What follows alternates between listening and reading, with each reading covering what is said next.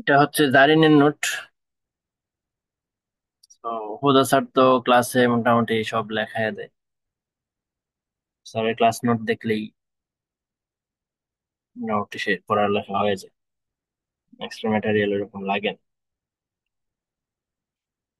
তো স্যারের ম্যাটেরিয়াল হচ্ছে সিএফএ ভলিউম 2025-এর চ্যাপ্টার 1 মেবি। এখান থেকে স্যার এগুলা পড়াইতেছে। ওটা আমি হচ্ছে জাস্ট স্যারের নোটটাকেই ডিসকাস করব। স্যারের নোটটাই মোটামুটি এনাফ আর কি। স্যার এখান থেকে কোয়েশ্চেন টেশন করে।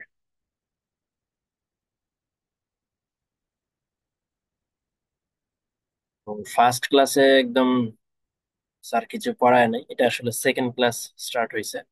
ক্লাস 1 লেখা আছে যদিও, এটা সেকেন্ড ক্লাস থেকে স্যার পড়ানো শুরু করছে।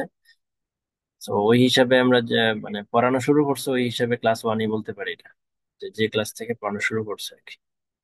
একদম ফার্স্ট দিন পড়াইছে হচ্ছে যে what are the empirical findings on historical performance of different asset class. Different asset যে আমাদের আছে, যেমন ক্যাশ, শেয়ার, বন্ড, হ্যাঁ, এরপরে ট্রেজারি সিকিউরিটিজ যেগুলো আছে, এই যে অ্যাসেট গুলার পারফরমেন্স কেমন, হিস্টোরিক্যাল পারফরমেন্স কেমন, এটা হচ্ছে স্যারের ইস্যু 1। এটা হচ্ছে ফার্স্ট কোয়েশ্চেন। তো ফার্স্টেই অ্যাসেট কি কি হইতে পারে সেগুলো দেখানো হয়েছে, যে অ্যাসেট হইতেছে 4 প্রকার। অ্যাসেট হচ্ছে 4 প্রকার। একটা হচ্ছে ক্যাশ, যেটাকে আমরা হাইলি লিকুইড নামে জানি এবং এখানে কোনো রিস্ক নাই। এরপরে আসতেছে ফিক্সড ইনকাম। ফিক্সড ইনকাম যে অ্যাসেট গুলা সেগুলো হচ্ছে আমাদের বন্ড ডিবেঞ্চারকে আমরা ফিক্সড ইনকাম সিকিউরিটি বলে জানি। এরপরে আসতেছে ইকুইটি, আমাদের যে শেয়ার, সেটা হচ্ছে ইকুইটি। এটা ডোমেস্টিক হইতে পারে, ইন্টারন্যাশনাল হইতে পারে। এরপরে আসতেছে অল্টারনেটিভ ইনভেস্টমেন্ট।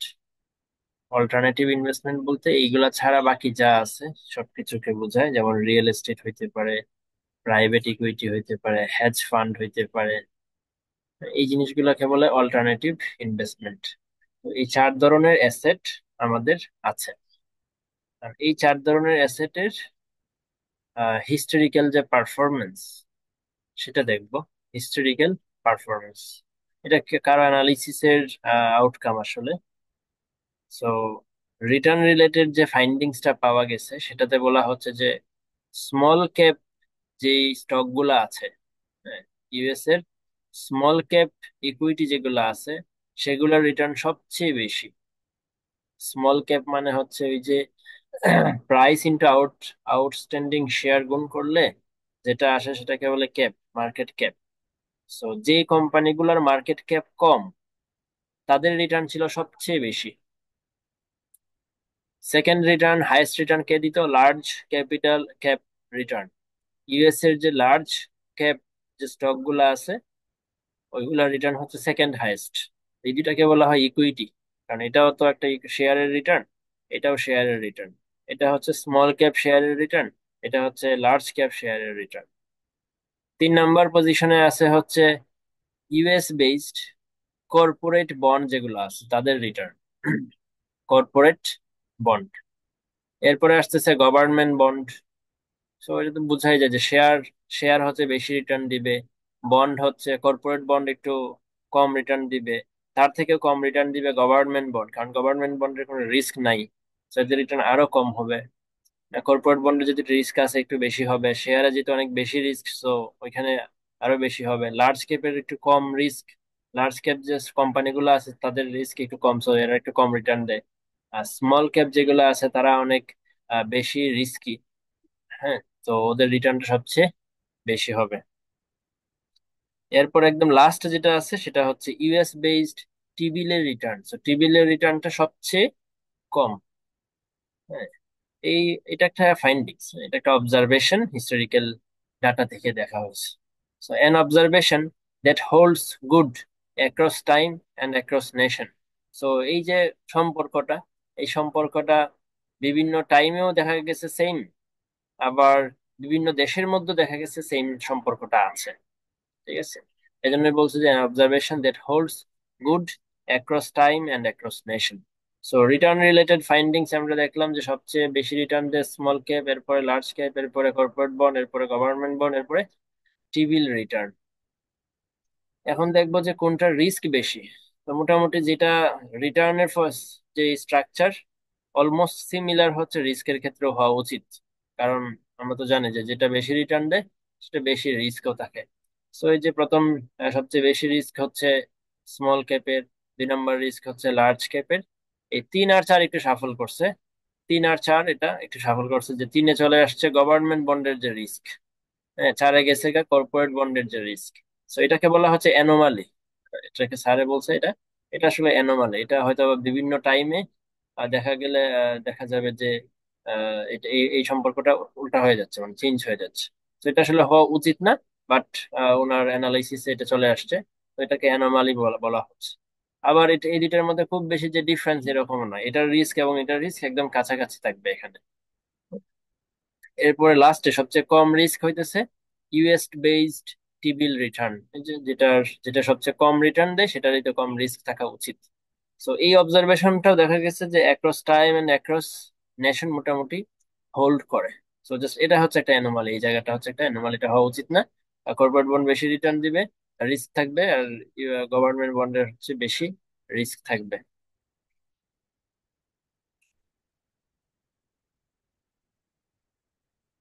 এরপরে যে এই কথাটা হচ্ছে কি বলছে, the return series of different asset class are negatively skewed and have fat tails. ঠিক আছে। সো রিটার্ন তো আমরা দেখলাম, এখানে রিটার্ন সিরিজ দেখলাম যে কার রিটার্ন সবচেয়ে বেশি, কার রিটার্ন সবচেয়ে কম। এখন এখানে বলতেছে the return series of different asset class. এই যে অ্যাসেট ক্লাস গুলো দেখলাম, এই অ্যাসেট ক্লাস গুলোর যদি রিটার্ন সিরিজ নিয়ে আমি একটা ডিস্ট্রিবিউশন বানাই, সেক্ষেত্রে দেখা যাবে ডিস্ট্রিবিউশনটা নেগেটিভলি স্কিউড হয়ে আছে। ঠিক আছে, নেগেটিভলি স্কিউড হয়ে আছে, এবং টেইলসটা হচ্ছে এটা ফ্যাট। এটা টেইলসটা হচ্ছে ফ্যাট। এটা চিত্রটা এখানে কি আছে কিনা দেখি। আহ, এই যে নেগেটিভলি স্কিউড এবং ফ্যাট টেইলস এটা। ঠিক আছে। সো এই যে নেগেটিভলি স্কিউড মানে হচ্ছে নেগেটিভ দিকে আর কি বেশি অবজারভেশন থাকতেছে, পজিটিভ দিকে কম, এটাকে বলে নেগেটিভলি স্কিউড।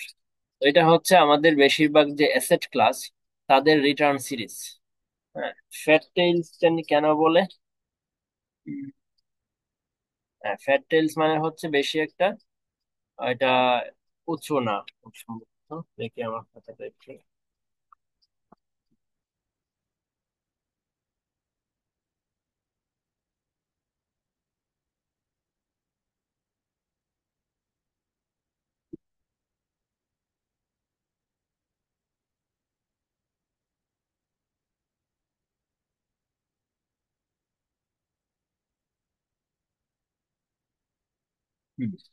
ফ্যাট টেইলস দিয়ে বোঝাচ্ছে যে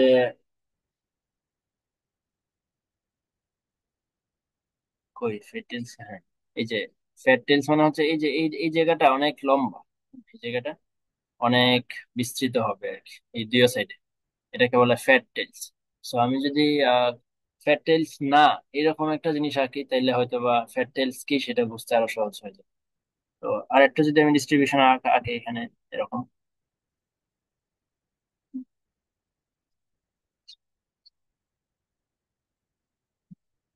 এটা হচ্ছে ফ্যাট টেইলস না। এই যে মাথাগুলা, এই মাথাগুলা বেশি একটা বিস্তৃত না আর কি, এটাকে বলে ফ্যাট টেইলস না। আর যেটা হচ্ছে এই যে এরকম অনেক দূর পর্যন্ত যাচ্ছে, এটাকে বলে ফ্যাট টেইলস। ঠিক আছে। সো আমাদের বেশিরভাগ যে অ্যাসেট ক্লাস তাদের রিটার্নের অবস্থাটা কিরকম, একটা হচ্ছে নেগেটিভলি স্কিউড, গ্রাফটা এরকম দেখতে, আর হচ্ছে ফ্যাট টেইলস এরকম দেখতে। আচ্ছা, সো এখন আসি আবার আগের জায়গায়। The return series of different asset class are negatively skewed and have fat tails. So এটা তো বুঝে গেছে অ্যাসেট ক্লাসের যে ক্যারেক্টারিস্টিক্স আর কি। So the historical return series of different asset class are not normally distributed. So যেহেতু আমরা বলতেছি নেগেটিভলি স্কিউড এবং ফ্যাট টেইলস, তার মানে হচ্ছে কি এটা তো নর্মালি ডিস্ট্রিবিউটেড না। নর্মালি ডিস্ট্রিবিউটেড হইলে তো কোনো স্কিউড মিউট থাকার কথা না। তার মানে এগুলো হচ্ছে আসলে অবজারভেশন, এগুলো কোনো স্বতঃসিদ্ধ নিয়ম না। এগুলো হচ্ছে অবজারভেশন যে আমাদের যে অ্যাসেট গুলো আছে, অ্যাসেট ক্লাস গুলো আছে, ওই অ্যাসেট ক্লাস গুলার ডিস্ট্রিবিউশন রিটার্ন সিরিজ হচ্ছে এরকম, নর্মালি ডিস্ট্রিবিউটেড না, সেটা হচ্ছে নেগেটিভলি স্কিউড এবং ফ্যাট টেলস। এক্সপ্লেনেশনে এখানে মানে আগের আলোচনা, এটা হচ্ছে স্যার মেইনলি বোর্ডে লেখে, এই পর্যন্ত বোর্ডে লিখছে। এরপরের অংশটা হচ্ছে স্যারের এক্সপ্লেনেশন, এই কথাগুলোকে নিয়ে স্যার এগুলো কথাবার্তা বলছে।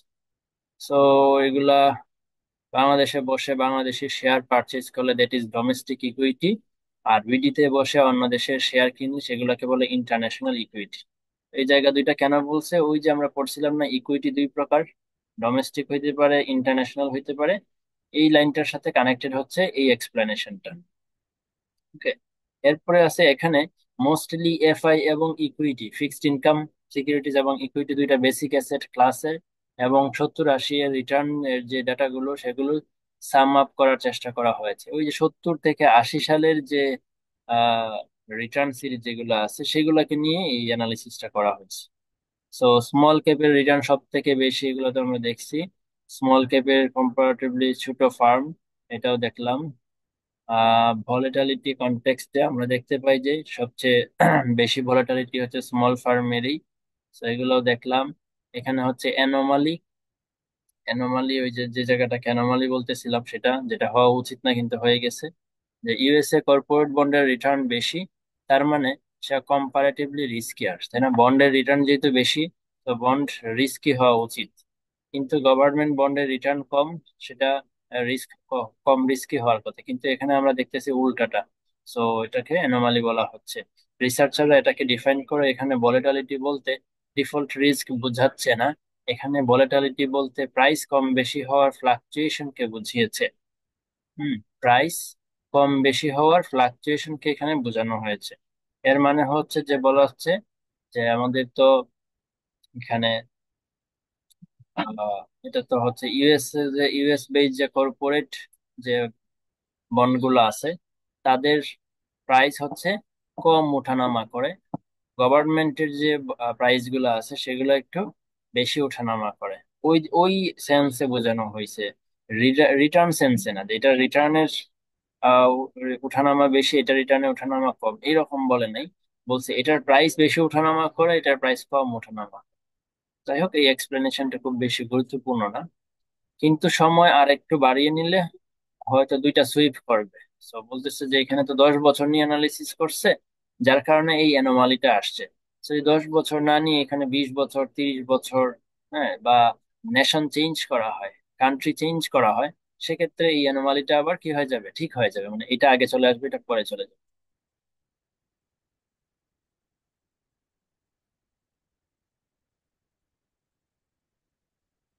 এরপরে এটা তো হচ্ছে নর্মাল ডিস্ট্রিবিউশনের একটা চিত্র। আমরা জানি যে মাঝে থাকে মিউ, এদিকে থাকে স্ট্যান্ডার্ড ডেভিয়েশন। সো মিউ এর সাথে +-1 স্ট্যান্ডার্ড ডেভিয়েশন করলে 68% ডেটা পড়ে যাওয়ার কথা। 2 স্ট্যান্ডার্ড ডেভিয়েশন +- করলে 95% ডেটা এখানে এটা তো +1 মনে হয়, এটা +1 standard deviation. So +2 standard deviation মানে এতটুকু। সো +2 স্ট্যান্ডার্ড ডেভিয়েশনের মধ্যে মোটামুটি 95% ডেটা চলে আসে। আর 3 স্ট্যান্ডার্ড ডেভিয়েশন নিলে সেক্ষেত্রে 99%। 3 স্ট্যান্ডার্ড ডেভিয়েশন খুব সম্ভবত এই এখান থেকে এখানে হবে। তো এই রেঞ্জের মধ্যে মোটামুটি সব জায়গায় সব ডেটাই পড়ে যাবে। সো এটা আসলে নর্মাল ডিস্ট্রিবিউশনে জাস্ট একটা আহ এগুলো ফিক্সড, এই ডেটাগুলো মোটামুটি ফিক্সড কিন্তু। So, এটা জাস্ট আমরা আগেও পড়ছি, এটা জাস্ট এখানে বললো আর কি যে নর্মাল ডিস্ট্রিবিউশন কেমন। তো এরপর স্যার নেগেটিভ স্কিউড এর ব্যাপারটা বললো, ফ্ল্যাট টেল এর ব্যাপারটা বললো, এগুলো তো আমরা দেখলাম। তো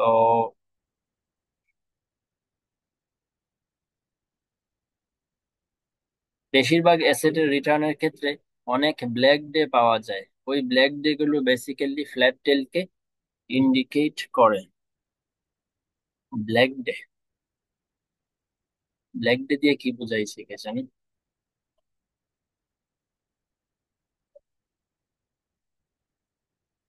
কারণ নাই খুব বেশি রিলেটেড না এই কথাটা। এরপরে আসতেছে তাহলে what are the implications of this findings. আমরা যে ফাইন্ড আমরা যে ফাইন্ডিংস দেখলাম, ফাইন্ডিংস হচ্ছে এখানে রিটার্নের একটা ফাইন্ডিংস দেখলাম, রিস্কের একটা ফাইন্ডিংস দেখলাম। এবং রিটার্ন সিরিজের একটা ফাইন্ডিংস দেখলাম, এই তিনটা ফাইন্ডিংস দেখলাম, তাই না? যে রিটার্ন কার্ডটা বেশি, রিস্ক কার্ডটা বেশি, এবং আহ এই যে আমাদের যে ডিস্ট্রিবিউশনটা কিরকম, এই তিনটা জিনিসই কিন্তু দেখছি। তো এই তিনটা জিনিসের ইমপ্লিকেশন কি, তিনটা জিনিস কেন দেখলাম, বা এগুলা দেখলে কি হবে, কি করা উচিত, আমাদের কাজ কি? তো কাজ হচ্ছে, what are the implications for portfolio manager. এই জায়গাটা থেকে পোর্টফোলিও ম্যানেজার কি শিক্ষা নিতে পারে বা তার কি করা উচিত। সো এখানে বলা হচ্ছে যে পোর্টফোলিও ম্যানেজারদের কিভাবে এই ফাইন্ডিংস গুলো কাজে লাগে, কি শিক্ষা পায় এগুলা থেকে। How should they interpret this numbers. So there is a positive risk return relationship. এক নাম্বার ইমপ্লিকেশন হচ্ছে, ম্যানেজার ম্যানেজারের বুঝতে হবে বা ম্যানেজার বুঝে ফেলার কথা যে আচ্ছা, রিস্ক রিটার্নের মধ্যে একটা পজিটিভ রিলেশন আছে। কিভাবে?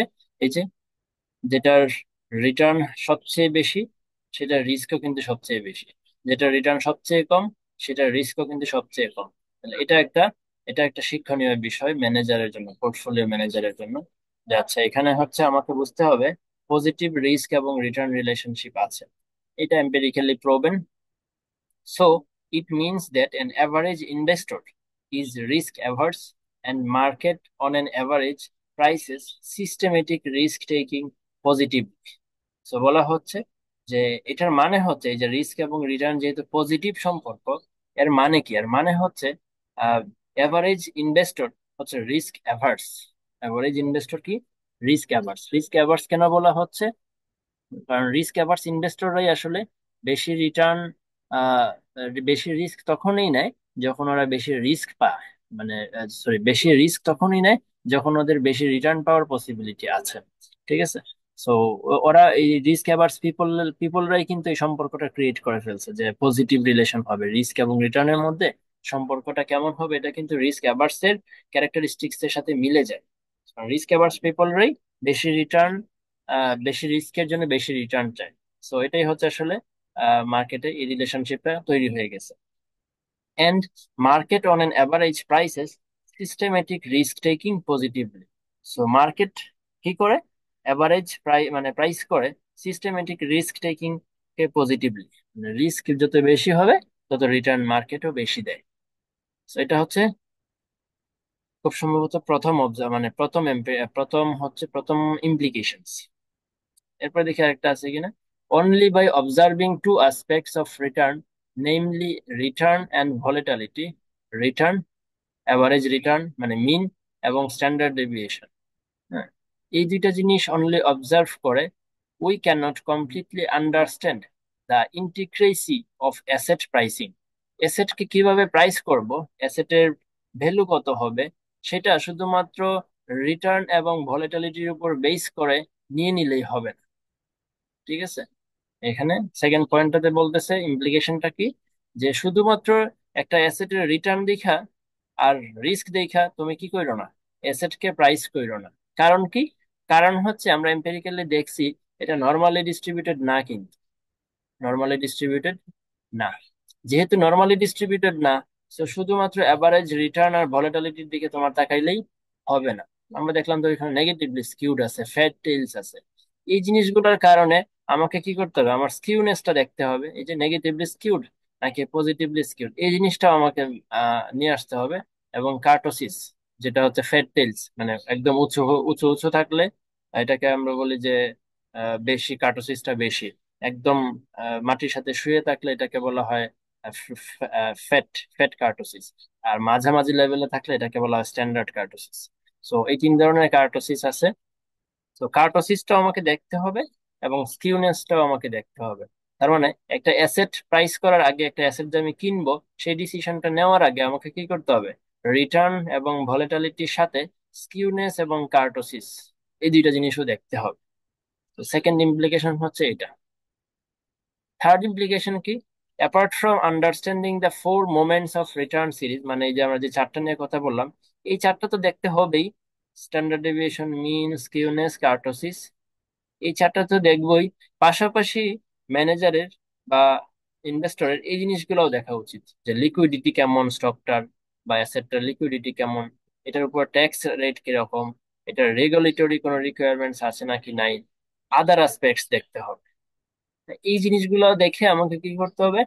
ডিসিশন নিতে হবে যে আমি অ্যাসেটটা কিনবো নাকি কিনবো না, বা কত প্রাইস করব, আমি এটাকে কত প্রাইস এটার জন্য আমি দিতে রাজি থাকি। তাইলে এখানে তিনটা ইমপ্লিকেশন পাওয়া গেল। তিনটা ইমপ্লিকেশনের মধ্যে প্রথমটা হইতেছে যে there is positive risk return relationship. ঠিক আছে, এটা একটা একটা ইমপ্লিকেশন। সেকেন্ড ইমপ্লিকেশন হচ্ছে যে শুধুমাত্র মিন এবং স্ট্যান্ডার্ড ডেভিয়েশনের উপরেই বেস করে পোর্টফোলিও ম্যানেজারের প্রাইসিং করা উচিত না, বরং তার স্কিউনেস এবং কার্টোসিস দেখা উচিত। এরপরে বলতেছে যে শুধুমাত্র এই চারটার দেখেই ডিসিশন নেওয়া উচিত না, সাথে সাথে লিকুইডিটি, ট্যাক্স, রেগুলেটরি রিকোয়ারমেন্টস এগুলোও দেখা উচিত। এই হচ্ছে আমাদের যে ইম্পেরিক্যাল যে অ্যানালিসিসটা, সেটার ইমপ্লিকেশনস ফর ম্যানেজার্স। এখন হচ্ছে এক্সপ্লেনেশন। সো স্যার এই পর্যন্ত বোর্ডে লিখছে, এরপরে এই জিনিসগুলোকে এক্সপ্লেইন করছে। সো এক্সপ্লেনেশনটা এখানে আছে আর কি। সো পোর্টফোলিও ম্যানেজারকে অ্যাভারেজ এবং স্ট্যান্ডার্ড ডেভিয়েশন ছাড়াও নেগেটিভলি স্কিউড কিনা, ফ্যাট টেল কিনা এগুলা জানতে হবে। জানার পাশাপাশি হচ্ছে ট্যাক্স ইমপ্লিকেশন, এই হাবি জাবি জিনিসগুলা জানতে হবে। এরপরে মার্কেট লিকুইড কিনা, হুম, এই জিনিসগুলা জানতে হবে, যে এটা আমি ইজিলি মার্কেটে গিয়ে সেল করে দিতে পারবো কিনা। এরপরে আসতেছে কি, এখানে বলছে যে ইলিকুইড অ্যাসেটের বিড আস্ক স্প্রেড অনেক বেশি হয়, লিকুইড অ্যাসেটের বিড আস্ক স্প্রেড অনেক কম হয়। এটা তো স্বাভাবিক। যে লিকুইড অ্যাসেটের তুমি কেনা বেচা করে খুব বেশি রিটার্ন কিন্তু করতে পারবে না। লিকুইড অ্যাসেট মানে হচ্ছে যেটা একদম লিকুইড, ওই অ্যাসেটটা মার্কেটে খুব কেনা বেচা করে খুব বেশি গেইন করা যায় না, সো স্প্রেডটা এখানে কম থাকে। আর ইলিকুইড অ্যাসেট যেটা, এটাতে কিন্তু রিস্ক আছে, মানে এটা আমি কিনলে বিক্রি করতে পারবো না এত সহজে। সো এখানে বিড আস্ক স্প্রেডটা অনেক বেশি হয়ে যায়। আমি আজকে কিনলাম, এরপরে দেখা গেল অনেক দিন ধরে আমি কোনো কাস্টমার পাচ্ছি না। তো এরপর অনেক দিন পরে আমি একটা কাস্টমার পাইলাম। সো এখানে আমি মোটামুটি একটা গ্যাপে কি করতে পারবো, হয় আমার অনেক গ্যাপে লস হবে অথবা আমার লাভ হবে। ইলিকুইড অ্যাসেটের এর জন্য বলা হচ্ছে যে বিড আস্ক যে স্প্রেডটা আছে, বিড আস্ক যে স্প্রেডটা আছে, বিড মানে হচ্ছে আমি যদি ইনভেস্টরের দিক থেকে বলি, বিড আর আস্ক মানে হচ্ছে, বিড মানে হচ্ছে ইনভেস্টরের দিক থেকে বিক্রি করার যে প্রাইস, আর আস্ক হচ্ছে যে কেনার প্রাইস। ঠিক আছে, ইনভেস্টরের দিক থেকে বললাম এটা। বিড হচ্ছে কেনার প্রাইস, সরি, বিড হচ্ছে বিক্রি করার প্রাইস, আর আস্ক হচ্ছে কেনার যে প্রাইস। তো এই দুটার মধ্যে যে গ্যাপ, দুইটা গ্যাপ হচ্ছে বেশি হয় ইলিকুইড অ্যাসেটের ক্ষেত্রে, আর বিড আস্ক স্প্রেড কম হয় লিকুইড অ্যাসেটের ক্ষেত্রে। তো এটা আগের আলোচনার সাথে খুব বেশি রিলেভেন্ট না, স্যার জাস্ট আলোচনা আসছে এই জন্য বলছে আর কি। আমাদের মেইন কোয়েশ্চেনের আনসার কিন্তু শেষ, যে কি ইমপ্লিকেশনস এবং সরি কি আহ, এই, কি বলতে চাচ্ছি, আমাদের হিস্টোরিক্যাল যে অবজারভেশন কি এবং সেই অবজারভেশন গুলার যে ইমপ্লিকেশনস, ওই আলোচনাটা কিন্তু শেষ মোটামুটি, ওইটাই কোয়েশ্চেন আনসার। এখানে জাস্ট এমনি আলোচনা আর কি। সো ট্যাক্সের ইমপ্লিকেশন গুলোও দেখতে হবে, যেমন গভর্নমেন্ট ইস্যুস, এইগুলোতে ট্যাক্স দিতে হয় না। হ্যাঁ, স্টেট গভর্নমেন্টকেও ট্যাক্স দিতে হয়, এগুলো কোনটার কথা বলতেছে, গভর্নমেন্ট ইস্যু করা টি বন্ড বা বিল নিলে দুই জায়গায় ট্যাক্স দিতে হয়। স্টেট গভর্নমেন্টকেও ট্যাক্স দিতে হয়, ফেডারেলকেও ট্যাক্স দিতে হয়। মিউনিসিপাল বন্ড আবার এই দুই ট্যাক্স থেকে ফ্রি। তো এরকম আর কি বুঝতে হবে যে কোন বন্ডে ট্যাক্স আছে কোন বন্ডে ট্যাক্স নাই, সেটা তো বোঝাটা আমার জন্য গুরুত্বপূর্ণ ইনভেস্ট করার আগে। আচ্ছা, এরপর আছে হেজ ফান্ড। হেজ ফান্ডের ক্ষেত্রে রেগুলেটরি ইমপ্লিকেশন কম, সো একটু রিল্যাক্স কিছুটা। কিছু ইকুইটির ক্ষেত্রে ভ্যালুয়েশন অনেক স্ট্রিক্ট। আচ্ছা, সো এখন হচ্ছে ইস্যু টু, ফার্স্ট ইস্যু ডান। সেকেন্ড ইস্যু, তো সেকেন্ড ইস্যু হইতেছে যে টাইপস অফ ইনভেস্টর। ইনভেস্টর কত প্রকার? ইনভেস্টর হচ্ছে তিন ধরনের। কিছু ইনভেস্টর হচ্ছে রিস্ক পছন্দ করে, হ্যাঁ, রিস্ক লাভার, এটা লোয়ার লিখছে, লাভার হবে না, লাভার হবে, রিস্ক লাভার। আর সেকেন্ড হচ্ছে রিস্ক নিউট্রাল। তিন নাম্বার হচ্ছে রিস্ক এভার্স। হ্যাঁ, তিন ধরনের ইনভেস্টর আমাদের আছে। সো এই তিন ধরনের ইনভেস্টরের মধ্যে পার্থক্য হচ্ছে এই যে এই টেবিলটার মধ্যে লেখা আছে। এই টেবিলটাতে যাওয়ার আগে একটা ছোট্ট এক্সাম্পল আছে, এক্সাম্পলটা আমাদেরকে বুঝতে হেল্প করবে যে কোন ব্যক্তিটা কোন ডিসিশনটা কিভাবে নেয়। তো যেমন একটা অপশন আছে আমার জন্য, যে যেখান থেকে আমি গ্যারান্টেড 100 টাকা পাবো। ঠিক আছে, কোনো এক জায়গায় ইনভেস্ট করলে আমি গ্যারান্টি যে 100 টাকা পাবো। আরেকটা জায়গা আছে বা আরেকটা অপশন আছে যেখানে ইনভেস্ট করলে আমি 0 টাকা পাইতে পারি, এটা সম্ভাবনা 50%, আবার 200 টাকাও পেয়ে যেতে পারি, এটা সম্ভাবনাও 50%।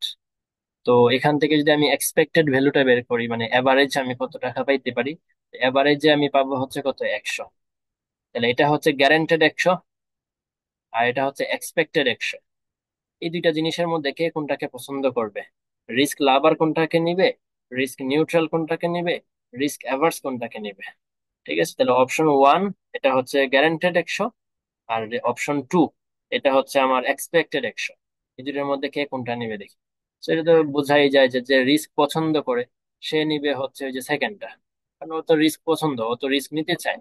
তো ও তো যেখানে রিস্ক আছে সেখানেই যাবে, এই যে 200 টাকা পাওয়ার একটা সম্ভাবনা আছে, সে হচ্ছে এইদিকে নজর দিবে যে আচ্ছা 200 টাকা পাওয়া যেতে পারে। তো ওর হচ্ছে ও চুজ করবে অপশন টু। তার অবজেক্টিভ কি? তার অবজেক্টিভ হচ্ছে ম্যাক্সিমাইজ করার রিটার্ন এবং রিস্ক। হ্যাঁ, ও তো রিস্ক লাভার, তো ও রিস্ক বেশি পছন্দ করে, ও রিস্ক নিবে। তো ও কি করে ম্যাক্সিমাইজ করে, কি কি কে ম্যাক্সিমাইজ করে? রিস্ক ম্যাক্সিমাইজ করে, সাথে রিটার্নটা তো পায়, রিটার্ন ম্যাক্সিমাইজ করে। এটা হচ্ছে প্রথম ব্যক্তি। হ্যাঁ, পাশাপাশি আহ একটু এটা পড়ে ফেলি, সে আনসার্টেনিটি পছন্দ করে। রিস্ক পছন্দ করা মানে তো আনসার্টেনিটি পছন্দ করে, তাই সে গ্যাম্বলিং চুজ করবে। ঠিক আছে, সমান অ্যামাউন্টের গ্যারান্টেড এবং এক্সপেক্টেড পেমেন্টের মধ্যে সে এক্সপেক্টেড টা চুজ করে, বিকজ সেখানে আনসার্টেনিটি আছে। সো এটা তো বোঝা যাচ্ছে যে গ্যারান্টেড, গ্যারান্টেড মানে ওই যে আমাদের অপশন ওয়ান, এবং এক্সপেক্টেড পেমেন্ট যেটা হচ্ছে আমাদের অপশন টু, এই দুটোর মধ্যে সে কোনটাকে নিবে? সে অপশন টু কে নিবে, কারণ সে তো আনসার্টেনিটি পছন্দ করে। এগুলো প্রথম ইনভেস্টর। সেকেন্ড ইনভেস্টর যেটা হচ্ছে রিস্ক নিউট্রাল, এটাতে একটু পরে আসে, আমাদের এটা ডান। এখন আসি রিস্ক এভার্সে। আচ্ছা, রিস্ক নিউট্রালটা আগে বলে ফির। রিস্ক নিউট্রাল, রিস্ক নিউট্রাল হচ্ছে, নিউট্রাল মানে তো নিউট্রাল, সে আসলে মানে দুইটাই তার জন্য সমান। নিউট্রাল মানে তার জন্য দুইটাই সমান। So he or she is indifferent between one and two. তার জন্য আসলে দুইটাই সমান, যে কোনো একটা নিতে পারে। তার জন্য ওইটা পছন্দ বা এটা পছন্দ এরকম কোনো জিনিস নাই, তার জন্য দুইটাই সমান, সে risk neutral. So objective function হচ্ছে কি, ওর উদ্দেশ্য হচ্ছে জাস্ট রিটার্নটাকে ম্যাক্সিমাইজ করা, ও রিস্কের দিকে তাকাই না। ঠিক আছে, ওর রিস্ক ওর জন্য কনসার্নের বিষয় না, ওর জন্য কনসার্নের বিষয় হচ্ছে রিটার্ন। ও রিস্ক নিউট্রাল। এরপরে আছে, তার কাছে টাকার অ্যামাউন্টটাই ম্যাটার করে। ওর কাছে টাকার অ্যামাউন্টটাই ম্যাটার করে, সেই টাকা পেতে জার্নিটা কেমন সেটা ম্যাটার করে, যে ওইখানে একটা রিস্ক আছে নাকি না। এটা এটা নিয়ে সে চিন্তা ভাবনা কোনো কিছু করে না। রিস্ক নিয়ে সে বদার্ড। ঠিক আছে, সে হইতেছে তার এই জিনিসটা লাগবে, সে ওইদিকে ছুটে যাইতেছে, মানে রাস্তার মধ্যে যে সে তার কি যে হবে, এটা তার চিন্তা ভাবনায় নাই। ঠিক আছে, এরপরে আসতেছে risk averse investor.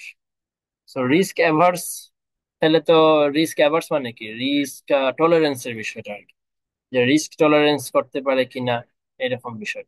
So risk averse people কোনটাকে চুজ করবে? সে অবশ্যই গ্যারান্টেড পেমেন্টটাকে নিবে। হ্যাঁ, এটা কেউ নিতে পারে, সেক্ষেত্রে ওর হায়ার রিটার্নের জন্য ও কি করবে, সিক করবে। ও যদি দেখে যে এখান থেকে হায়ার রিটার্ন পাওয়া যাবে, তখন সে মেবি এখানে আসবে। তো এখন যেহেতু 100 100, এখানেও 100 এখানেও 100, সমান সমান, এটার মধ্যে অবশ্যই সে রিস্ক, যে রিস্ক অ্যাভার্স, সে প্রথমটাকে নিবে। ঠিক আছে, প্রথমটাকে নিবে। এরকম যদি হইতো যে এখান থেকে 60 টাকা, এখান থেকে 60 টাকা পাওয়া যায়, মানে গ্যারান্টেড 60 টাকা, আর এখান থেকে আছে তো 100 টাকা মানুষ, এই দুইটার মধ্যে মেবি রিস্ক অ্যাভার্স এটাকে নিতে পারে। ঠিক আছে, আরেকজন ব্যক্তি আছে যে না, 60 টাকা 100 টাকা হইলেও সে 60 টাকাকে চুজ করে। সে হয়তো বা এখানে যদি 40 টাকা হইতো, 40 টাকা হইতো এবং এখানে 100 টাকা, সেক্ষেত্রে সে 100-তে আসছে। কারণ যে এই ব্যক্তিটা হচ্ছে রিস্ক টলারেন্স তার অনেক কম। হ্যাঁ, রিস্ক সে বেশি একটা পছন্দ করে না এই ব্যক্তিটা। এই 40 টাকা যেটা, 40 আর 100-র মধ্যে 100-তে যাবে, এই ব্যক্তিটা হচ্ছে যার রিস্ক টলারেন্স অনেক কম। আর 60 আর 100-র মধ্যে 100-কে চুজ করবে, এই ব্যক্তিটার রিস্ক টলারেন্স মোটামুটি ভালোই আছে। ঠিক আছে, সো এটা আসলে 100 থেকে আসবে না আসবে, সেটা ডিপেন্ড করে তার রিস্ক টলারেন্সের উপর। আমি যদি আরেকটা এক্সাম্পল দিই, সেটা হচ্ছে 20, এখানে 20, মানে গ্যারান্টেড 20, আর 100, তখন সে হচ্ছে 100-তে আসতেছে। তার মানে অন্যান্য সিচুয়েশন গুলাকে সে এই অপশনটুকে নিচ্ছে না। হ্যাঁ। তো এরকম কিছু ব্যক্তি আছে না যে থাকে আমার 40 টাকাই ভালো, 100 টাকাতে আমার যাওয়ার দরকার নেই। তো ও হচ্ছে মোটামুটি লেভেলের রিস্ক অ্যাভার্স, রিস্ক টলারেন্স ওর মোটামুটি লেভেলের। আরেকজন ব্যক্তি আছে যে 60 টাকা এবং 100 টাকা, তো সে কি করে, এই 60 টাকাতেই থাকে, ও 100 টাকাতে আসতে চান না। তার মানে কি, ওর রিস্ক টলারেন্সটা আসলে আরো কম। এই ব্যক্তিটার রিস্ক টলারেন্সটা মোটামুটি বেশি, কারণ সে 20 টাকা গ্যারান্টেড না। এই ব্যক্তিটার রিস্ক টলারেন্স হচ্ছে অনেক কম। 20 টাকা যেটা, সে হচ্ছে 20 টাকা যখন দেখতেছে, তখন সে 100 টাকার মধ্যে 100 টাকার জন্য সে সিক করতেছে যে আমি আচ্ছা ঠিক আছে আমি অপশন তাহলে এখানে যাই। তাহলে এই ব্যক্তিটা হচ্ছে রিস্ক অ্যাভার্স আরো বেশি, কারণ সে বেশি রিটার্ন চাচ্ছে। 20 আর 100 কত গ্যাপ, বেশি রিটার্ন চাচ্ছে। So, এই জিনিসগুলো এখানে লিখছে যে চয়েস হচ্ছে অবশ্যই অপশন ওয়ান, সে অপশন ওয়ান কে চুজ করবে। তার অবজেক্টিভ কি? তার অবজেক্টিভ হচ্ছে মোর রিয়েলিস্টিক, তার অবজেক্টিভটা অনেক রিয়েলিস্টিক। সে রিটার্নকে ম্যাক্সিমাইজ করতে চাবে for a given level of risk. Given level of রিস্কের জন্য সে রিটার্নকে ম্যাক্সিমাইজ করতে চাবে, অথবা সে মিনিমাইজ করবে রিস্ককে for a given level of return. ঠিক আছে, সাপোজ দুইটা প্রজেক্ট যদি বলি যে একটাতে রিটার্ন হচ্ছে, দুইটাতে রিটার্ন হচ্ছে 5%, দুইটাতে রিটার্ন হচ্ছে 5%। কিন্তু প্রথমটাতে রিস্ক হচ্ছে 10, আর সেকেন্ডটাতে রিস্ক হচ্ছে 7। তাহলে সে কোনটাকে নিবে? গিভেন রিটার্ন কিন্তু সেম, গিভেন রিটার্ন। তাহলে সে হচ্ছে রিস্ক যেটা কম সেটাকে চুজ করবে। এটাকে বলা হচ্ছে তার অবজেক্টিভ। উল্টাটাও হইতে পারে, উল্টাটা হচ্ছে যে ম্যাক্সিমাইজ করবে রিটার্নকে for a given given risk. আমি যদি এখন যদি নিচের গুলাকে রিস্ক বলি, এই যে 5% রিস্ক এবং 5% রিস্ক, দুটাকে যদি আমি রিস্ক বলি, তাহলে রিটার্ন কোনটাতে বেশি? 10-এ। সো তখন সে এটাকে চুজ করবে। এগুলো হচ্ছে রিস্ক অ্যাভার্স এর কাজ। সো রিস্ক অ্যাভার্স মানে তো সে রেশনাল, সে হচ্ছে মোর রিয়েলিস্টিক।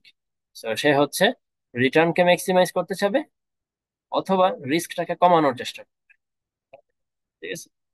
সো এরপর লাস্ট একটা পয়েন্টে লিখছি কি, rational investor definitely risk averse হয়। যারা রেশনাল তারা অবশ্যই রিস্ক অ্যাভার্স হবে।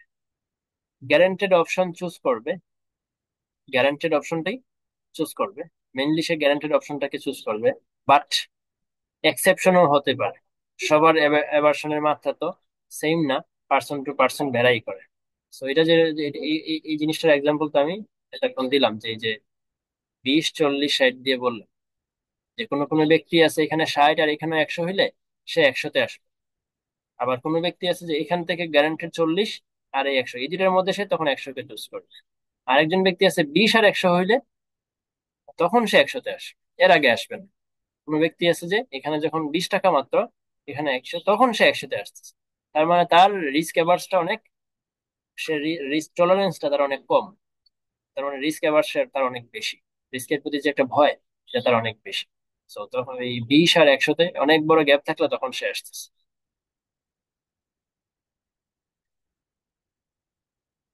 তাহলে এখানে আমরা একটু জিনিস পড়ে ফেলি, সেটা হচ্ছে এই ব্যক্তিটার, এই ব্যক্তিটার এ এর মাত্রা, এ এ বলে রিস্ক অ্যাভার্সনের মাত্রা, এ ব্যক্তিটার রিস্ক অ্যাভার্সনের মাত্রা অনেক বেশি। এর এর এটার রিস্ক অ্যাভার্সনের মাত্রা অনেক বেশি, তার মানে হচ্ছে রিস্ক টলারেন্সটা তার কম, রিস্কের প্রতি ভয় তার বেশি, রিস্ক অ্যাভার্সন, রিস্ক অ্যাভার্সন বেশি।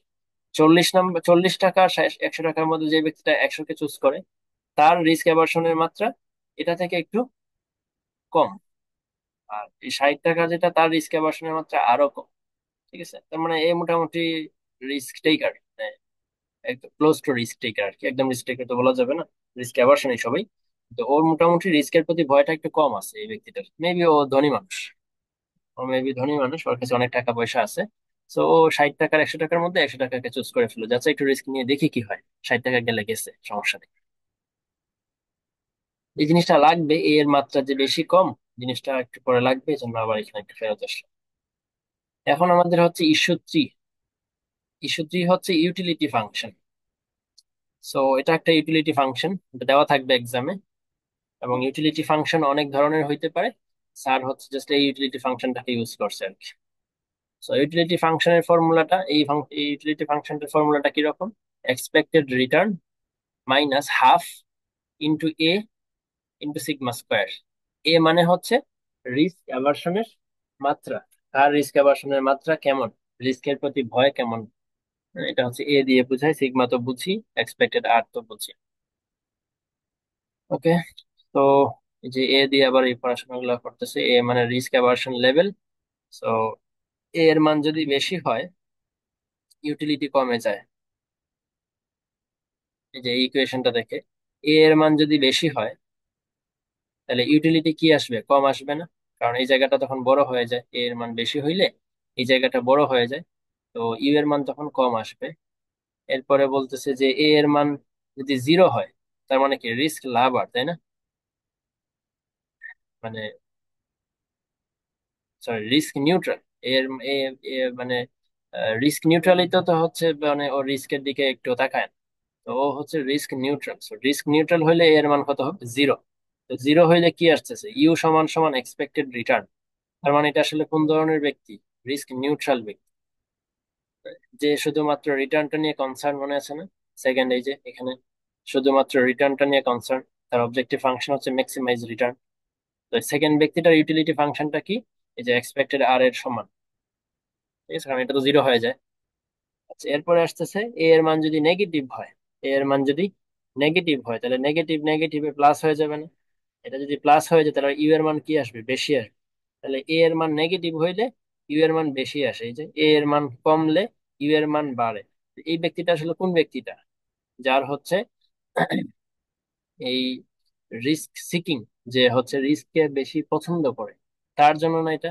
যে এর মান বাড়লে সে হচ্ছে বেশি ইউটিলিটি পাচ্ছে, তার মানে রিস্ক বেশি হলে, রিস্কের পরিমাণটা বাড়লে তার তার বেশি ভাল লাগে। হ্যাঁ, তার ইউটিলিটি বেশি, সে এখানে বেশি স্যাটিসফ্যাকশন পায়। তার মানে এই ব্যক্তিটা তো অবশ্যই কে? এটা অবশ্যই রিস্ক লাভার ব্যক্তিটা। ঠিক আছে, এই হচ্ছে তিন ধরনের রিস্ক অ্যাভার্সন লেভেল।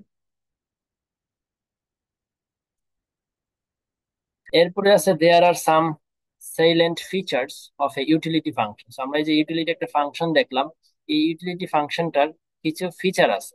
ইউটিলিটি ফাংশনের কিছু ফিচার আছে, just feature of utility function শব্দটা দেখলে হবে। সাইলেন্ট শব্দটার অর্থ জানি কি স্যার, এরকম শিওর হয়ে বলতে পারেনি।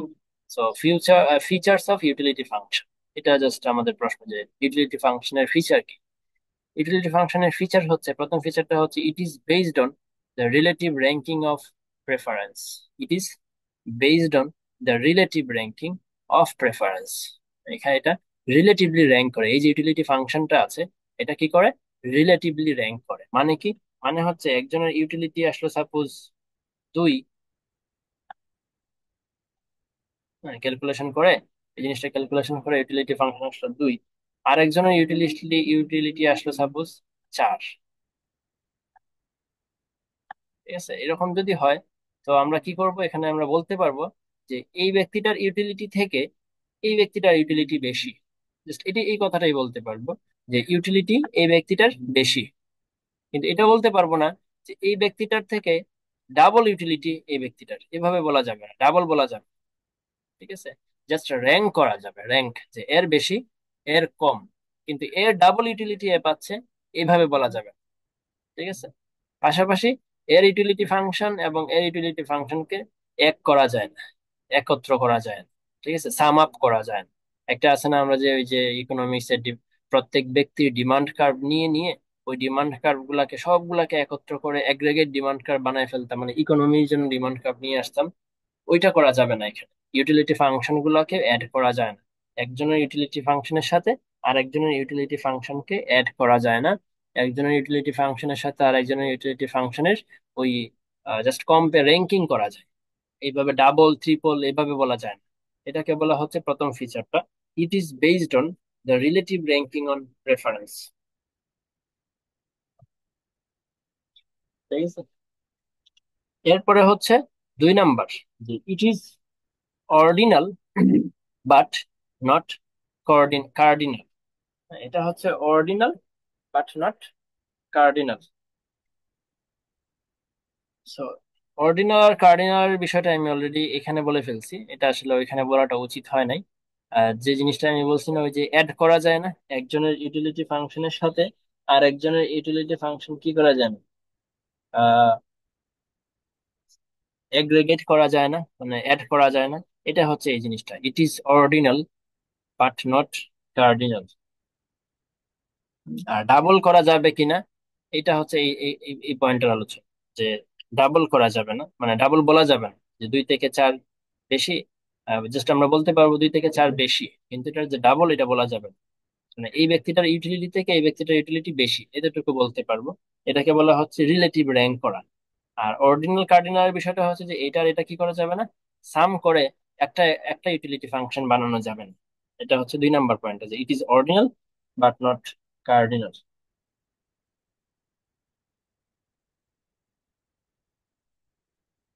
এরপরে আসতেছে 3 নাম্বারটা, যে it is based on the premise that investor can actually make ranking among different portfolio.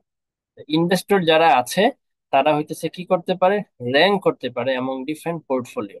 আমি যদি 3টা পোর্টফোলিও এখানে দেই, যে পোর্টফোলিওটার একটা রিটার্নের হচ্ছে 5%, একটা হচ্ছে 6%, আর একটা হচ্ছে সাপোজ 4%। তো এটার মধ্যে 3টার মধ্যে কোনটা ভালো, রেশনাল ইনভেস্টর কি করতে পারে, এখানে বুঝতে পারে যে কোনটা ভালো, সে অবশ্যই 6% কে চুজ করবে। এটাই বলছে যে it is based on the premise that investor can actually make ranking among different portfolio.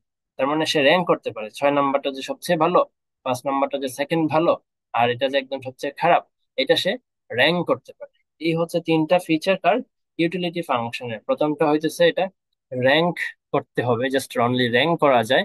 2 নাম্বারটা হচ্ছে অর্ডিনাল, কিন্তু এটা কার্ডিনাল না, তার মানে সাম আপ করা যায় না। 3 নাম্বারটা হচ্ছে যে ইনভেস্টররা কি করতে পারে, র্যাঙ্কিং করতে পারে। এই জিনিসগুলোর এক্সপ্লেনেশন এখানে দেওয়া আছে, তো এগুলো আর বললাম না।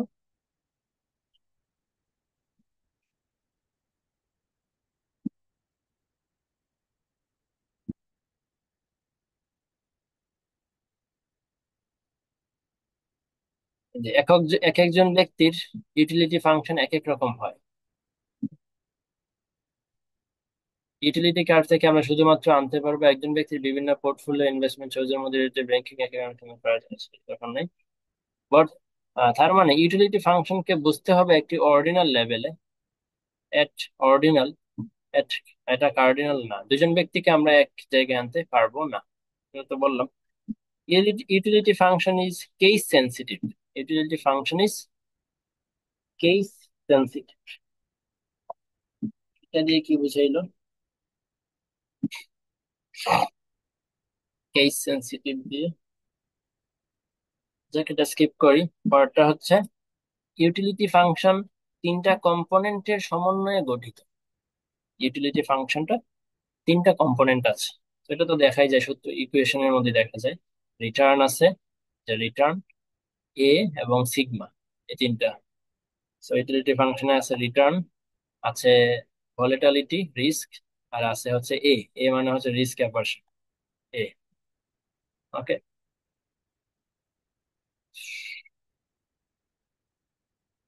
সো এই হচ্ছে স্যারের ক্লাস নাম্বার 2। এটা হচ্ছে ক্লাস নাম্বার আসলে 2, 1 নাম্বার ক্লাসে কিছু পড়ায় নাই, সো এটাকে আমরা ক্লাস 2 বললাম। ওকে, এরপরে আবার ক্লাস 3 লেখা আছে, এই যে লেখা আছে ক্লাস 3।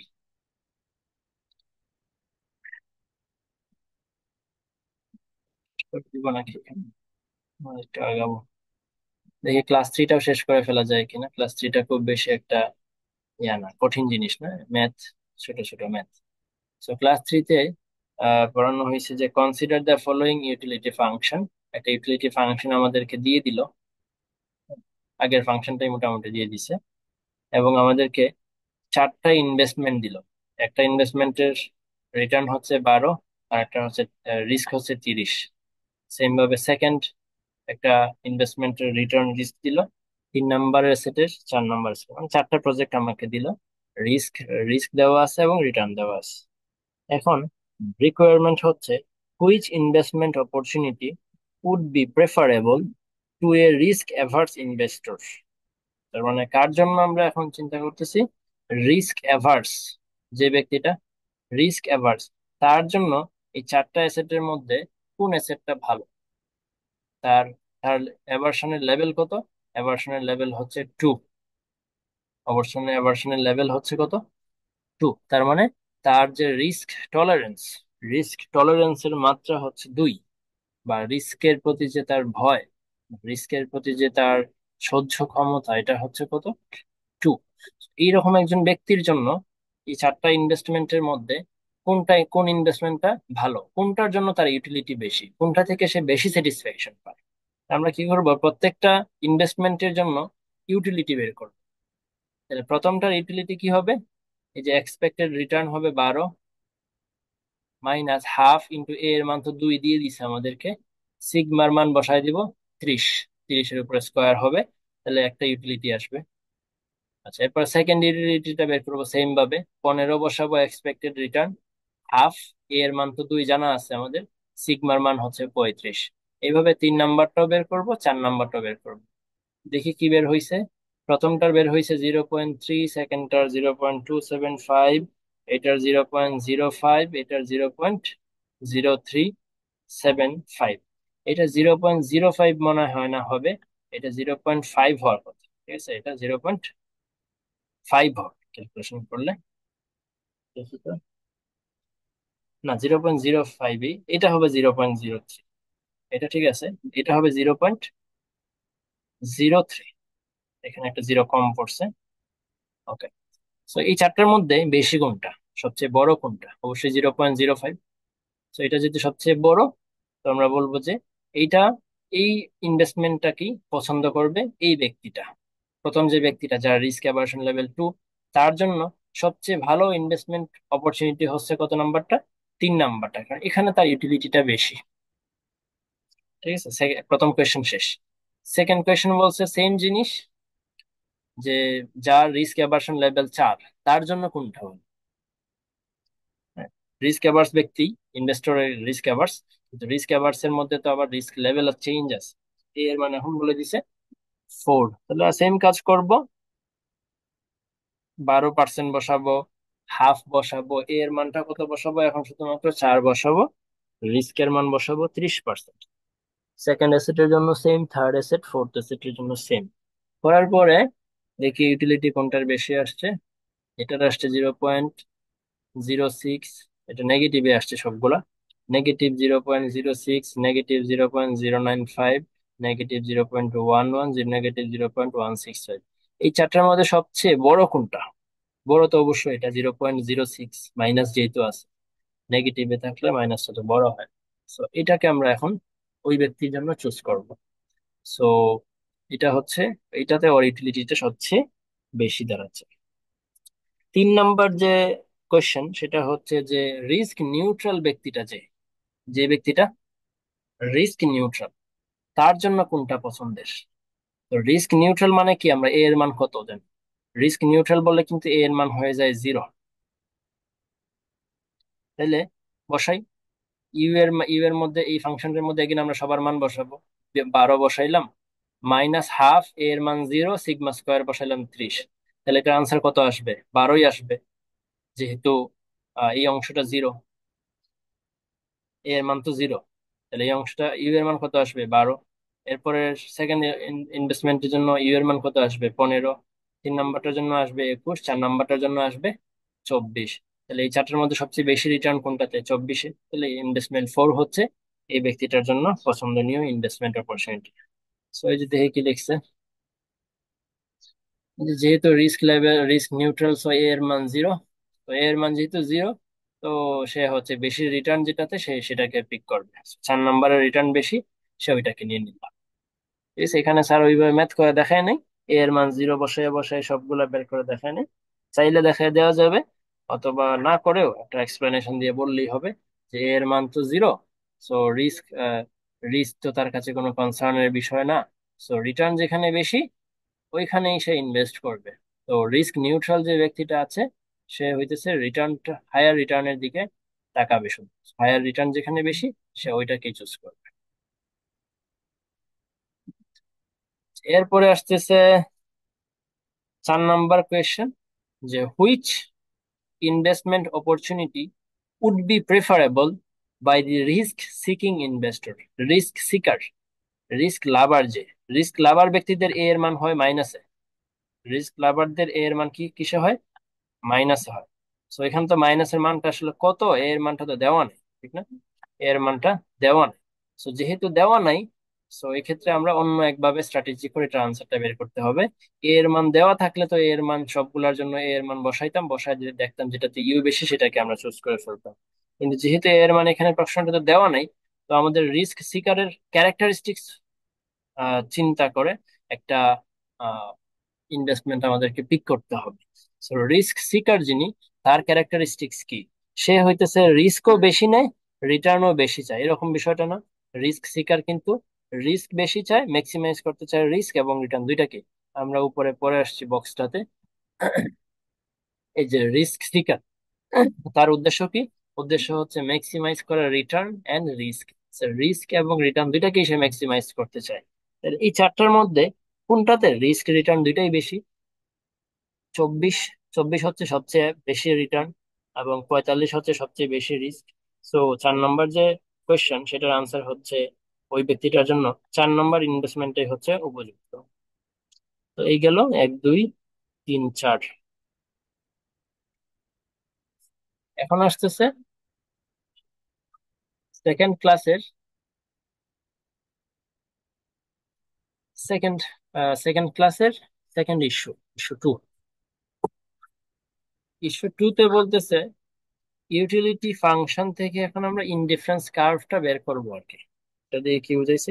ইউটিলিটি ফাংশন থেকে ইনডিফারেন্স কার্ভটা আলোচনা করা যায়। সো ইনডিফারেন্স কার্ভ জিনিসটা কি আসলে? ইনডিফারেন্স কার্ভ হচ্ছে একটা গ্রাফিক্যাল ডেমনস্ট্রেশন, একটা গ্রাফ, একটা লাইন, যেখানে প্রত্যেকটা পয়েন্ট আমাকে সেম লেভেলের স্যাটিসফ্যাকশন দেয়, ঠিক আছে? Indifference curve is a graphical demonstration of individual specific or institution specific utility function. হ্যাঁ, প্রত্যেকটা ইনডিফারেন্স কার্ভ, এটা যদি একটা ইনডিফারেন্স কার্ভ হয়, এটা হচ্ছে একজন ব্যক্তির, এটা হচ্ছে একজন ব্যক্তির স্পেসিফিক, একটা ব্যক্তির ইনডিফারেন্স কার্ভ এটা। এবং এটা কি আসলে ইউটিলিটি ফাংশন থেকে ডেভেলপ করা হয়েছে।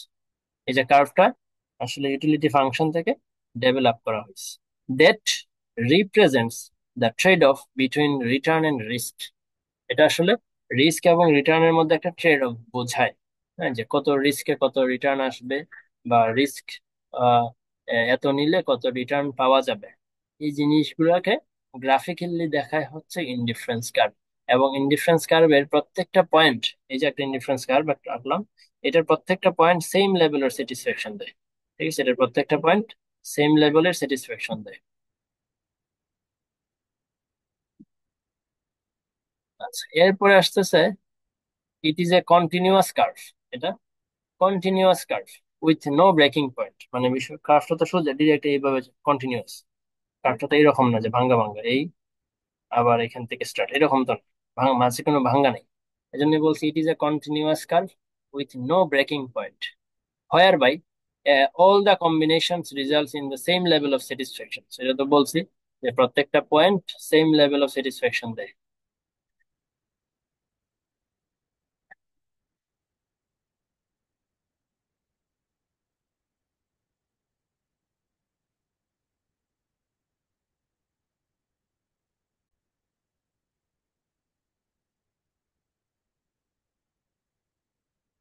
তো এখানে চিত্রটা দিয়ে কি বুঝাইছে? চিত্রটাতে কয়েকটা ইনডিফারেন্স কার্ভ আছে, কয়েকটা ইনডিফারেন্স কার্ভ আছে। তো এটা হচ্ছে প্রথম ইনডিফারেন্স কার্ভ, এটা হচ্ছে সেকেন্ড, এটা হচ্ছে থার্ড। তো ইনডিফারেন্স কার্ভের মধ্যে আমরা বলছি যে একটা ইনডিফারেন্স কার্ভের দুইটা পয়েন্টে সেম লেভেলের স্যাটিসফ্যাকশন দেয়, যেমন এখানে সি আর হচ্ছে ডি। এই সি আর ডি এর মধ্যে কিন্তু আমার জন্য দুইটাই সেম, দুইটাই হচ্ছে আমার জন্য সেম লেভেলের স্যাটিসফ্যাকশন দিচ্ছে। তো এই দুইটার মধ্যে আমি আসলে যে কোনো একটাকে নিতে পারি, কোনো সমস্যা নেই, দুইটাই আমার জন্য আসলে সেম। কারণ যারা একটু রিস্ক অ্যাভারশন যাদের একটু বেশি, তারা ডিতে যাবে, না স্যার, যাদের রিস্ক অ্যাভারশন বেশি তারা সি তে থাকবে, যাদের রিস্ক অ্যাভারশন বেশি কম তারা ডি তে যাবে। রিস্ক অ্যাভারশন মানে হচ্ছে রিস্ক টলারেন্স, রিস্ক টলারেন্স যারা বেশি করতে পারে তারা ডি তে যাবে। So, আসলে মোটামুটি দুইটা জিনিসই কি, সি এবং ডি হচ্ছে সেম লেভেলের স্যাটিসফ্যাকশন দেয়। তো দুইটাই আমার জন্য সেম, দুইটাই আমার জন্য সেম। এখন হইতেছে ইউটিলিটি যে থ্রি, ইউটিলিটি ইনডিফারেন্স কার্ভ যে ট্রু আর ইনডিফারেন্স কার্ভ যে থ্রি, এই দুইটার মধ্যে দুইটা পয়েন্ট দেখি। একটা হচ্ছে সি পয়েন্ট, একটা হচ্ছে বি পয়েন্ট। এটাতে পরে আসি, আগে এ আর বি এর মধ্যে বলি। এ আর বি এর মধ্যে কোন পয়েন্টটা ভালো? এ হচ্ছে ইউ ওয়ান এর একটা পয়েন্ট, আর ইউ টু এর একটা পয়েন্ট হচ্ছে বি। এই দুইটার মধ্যে কোন পয়েন্টটা ভালো? নিচে কিন্তু রিস্ক আছে, স্ট্যান্ডার্ড ডেভিয়েশন, আর উপরে কিন্তু আছে রিটার্ন। তাহলে এ এবং বি দুটারই কিন্তু রিস্ক সেম, তাই না? এই পয়েন্টে হচ্ছে রিস্ক, রিস্ক কিন্তু সেম। রিটার্ন কোনটার বেশি? এটার রিটার্ন বেশি নাকি এটার রিটার্ন বেশি? তো অবশ্যই বি এর রিটার্ন বেশি। তার মানে ইন্ডিভিজুয়াল যারা রেশনাল তারা কি করবে? এই ইনডিফারেন্স কার্ভটাকে তারা পছন্দ করবে না, তারা চলে যাবে এই ইনডিফারেন্স কার্ভে, বিতে। এটাকে তারা পছন্দ করবে। আচ্ছা, এরপরে এখান থেকে একটা পয়েন্ট মানে বি, আর এখান থেকে আরেকটা পয়েন্ট নেই, সাপোজ সি অথবা ডি, যে কোনো একটা নেওয়া যায়। সাপোজ আমি সি নিলাম। তো বি আর সি এর মধ্যে ইন্ডিভিজুয়াল ইনভেস্টর যারা আছে তারা কোনটাকে পছন্দ করবে? বি এবং সি এর রিটার্ন সেম না? এই যে বি আর সি কিন্তু একই লাইনে আছে, তার মানে এই যে রিটার্ন, রিটার্ন কিন্তু সেম। তো দুই রিটার্ন সেম, কিন্তু রিস্ক কেমন? সি এর রিস্ক কম আর বি এর রিস্ক হচ্ছে বেশি। সো সি কে মানুষ পছন্দ করে। তার মানে ইনভেস্টররা বি ইউটিলিটি টু তে থাকতেছে না, চলে যাচ্ছে কোথায়? ইউটিলিটি থ্রি তে, তাই না? তো আসলে জিনিসটা এখানে কি হইতেছে যে এই ইনডিফারেন্স কার্ভ থেকে মানুষ ওই ওই ইনডিফারেন্স কার্ভে যাচ্ছে, আর এই ইনডিফারেন্স কার্ভ থেকে মানুষ এই ইনডিফারেন্স কার্ভে যাচ্ছে। তার মানে এই যে নর্থ ওয়েস্ট কর্নারে যে যে ইনডিফারেন্স কার্ভ গুলো থাকবে, হ্যাঁ, এইভাবে নর্থ ওয়েস্ট কর্নারের দিকে যে ইনডিফারেন্স কার্ভ গুলো থাকবে, একদম হাইয়েস্ট নর্থ ওয়েস্ট যেটা, একদম নর্থ ওয়েস্টে যেটা আছে, সেটাকে মানুষ কি করবে? আর সেটাতে মানুষ বেশি ইনভেস্ট করতে চাবে বা ওইখানে যেতে চাবে। তো এটাই হচ্ছে নর্থ ওয়েস্ট নামে একটা রুল আছে, খুব সম্ভবত এটাকে নর্থ ওয়েস্ট রুল বলে। তো কোন ইনডিফারেন্স কার্ভ মানুষ বেশি পছন্দ করবে? যেটা সবার নর্থ ওয়েস্টে থাকে, নর্থ ওয়েস্টের দিকে সবার উপরে যেটা থাকে সেটাকে। ঠিক আছে, ওকে। এরপরে এই জিনিসগুলো এখানে ব্যাখ্যা করছে, বি, সি কার মধ্যে কোনটা ভালো। এখানে স্লোপ ওয়াইজ, স্লোপ স্লোপের দিক থেকে ইউ থ্রি এর স্লোপ বেশি, ইউ টু এর স্লোপ কম, ইউ ওয়ান এর স্লোপ আরো কম। ঠিক আছে, স্লোপ বলতে যে কোনো একটা পয়েন্ট যদি আমরা চিন্তা করি, যে সাপোজ ইউটিলিটি থ্রি এর যে স্লোপ, ইউটিলিটি থ্রি এর স্লোপ কিরকম? স্লোপ ওয়াইজ হচ্ছে এটার বেশি। সাপোজ এই পয়েন্টে, এই পয়েন্ট আর এই পয়েন্ট, তিনটা পয়েন্ট যদি দেখি, এই তিনটা পয়েন্টের মধ্যে স্লোপ কোনটার বেশি? এটার এটার স্লোপটা হবে খাড়া বেশি, এটার স্লোপটা বেশি খাড়া হবে এরকম। এটার স্লোপটা একটু বেঁকে যাবে, আর এটার স্লোপটা আরো বেঁকে যাবে। ঠিক আছে, তো এইটার স্লোপ ওয়াইজে হচ্ছে ইউ থ্রিটা বেশি ইউটিলিটি দেয়, ইউ টুটা কম, আর ইউ ওয়ানটা আরো কম। এটা হচ্ছে স্লোপ ওয়াইজ। আর risk aversion level wise, risk aversion লেভেলের দিক থেকেও আমাকে ইউটিলিটি থ্রিটা বেশি দিচ্ছে, ইউটিলিটি টুটা একটু কম দিচ্ছে, ইউটিলিটি ওয়ান যেটা আছে এটাতে আরো কম আসতেছে আমার return. So risk aversion level কোনটাতে বেশি? ইউ থ্রিতে হচ্ছে রিস্ক অ্যাভারশন লেভেল বেশি, ইউ থ্রিতে রিস্ক অ্যাভারশন লেভেলটা বেশি, ইউ টুতে মাঝারি, ইউ ওয়ানে আরো কম।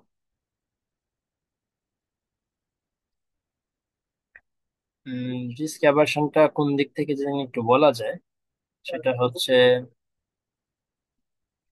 আমি যদি এই তিনটা পয়েন্ট দেখি একসাথে, এ, বি, ডি, হ্যাঁ, এই তিনটা পয়েন্টের মধ্যেই আমার রিস্ক সমান না? এ, বি, ডি, এগুলো একটু মুছে দিই।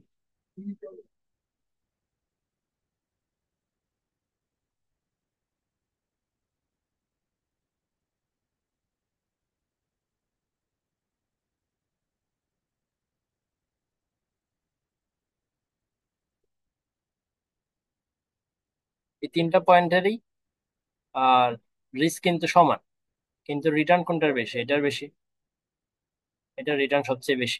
তো ইন্ডিভিজুয়ালরা কোন দিকে যেতে চায়?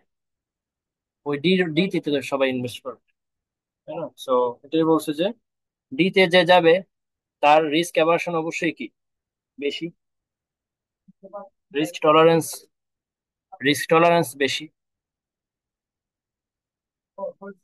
রিস্ক অ্যাভারশন লেভেল থেকে ইউ3টা বেশি, ইউ2টা মাঝারি, রিস্ক লেভেল অ্যাভারশন লেভেল থেকে ইউ1টা সবচেয়ে কম। এক্স্যাক্টলি পয়েন্ট আমি একটু হারাই ফেলছি, ক্লাসে বুঝছিলাম কিন্তু এখন মনে করতে পারতেছি না এটা কোন দিক থেকে যেন লজিকটা বলা যায়। যাই হোক, এটা তেমন ইয়া না, অনেক গুরুত্বপূর্ণ কিছু না। তো জাস্ট মনে রাখা যায় যে স্লোপের দিক থেকে ইউ3 বেশি, ইউ2 কম, ইউ1 সবচেয়ে কম। রিস্ক অ্যাভারশন লেভেলের দিক থেকেও ইউ3টা সবচেয়ে বেশি, ইউ2টা মাঝারি, ইউ1টা সবচেয়ে কম। এখান থেকে স্পেসিফিক কোনো কোয়েশ্চেন তো নেই, তো ওইরকম ইম্পর্টেন্ট না। জাস্ট আসতে পারে ইনডিফারেন্স কার্ভ কি, এবং তুমি ইনডিফারেন্স কার্ভের কোন ইনডিফারেন্স কার্ভটাকে তুমি পছন্দ করবে। সেক্ষেত্রে বলতে হবে যে নর্থ ওয়েস্ট কর্নার দিকে আমি যেটা থাকবে সেটাকে আমি বেশি পছন্দ। এরপরে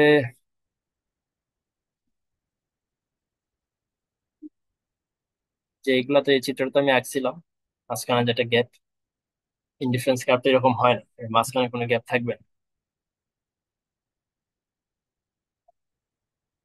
যে আমরা নর্থ ওয়েস্টের দিকে যাওয়া ট্রাই করব।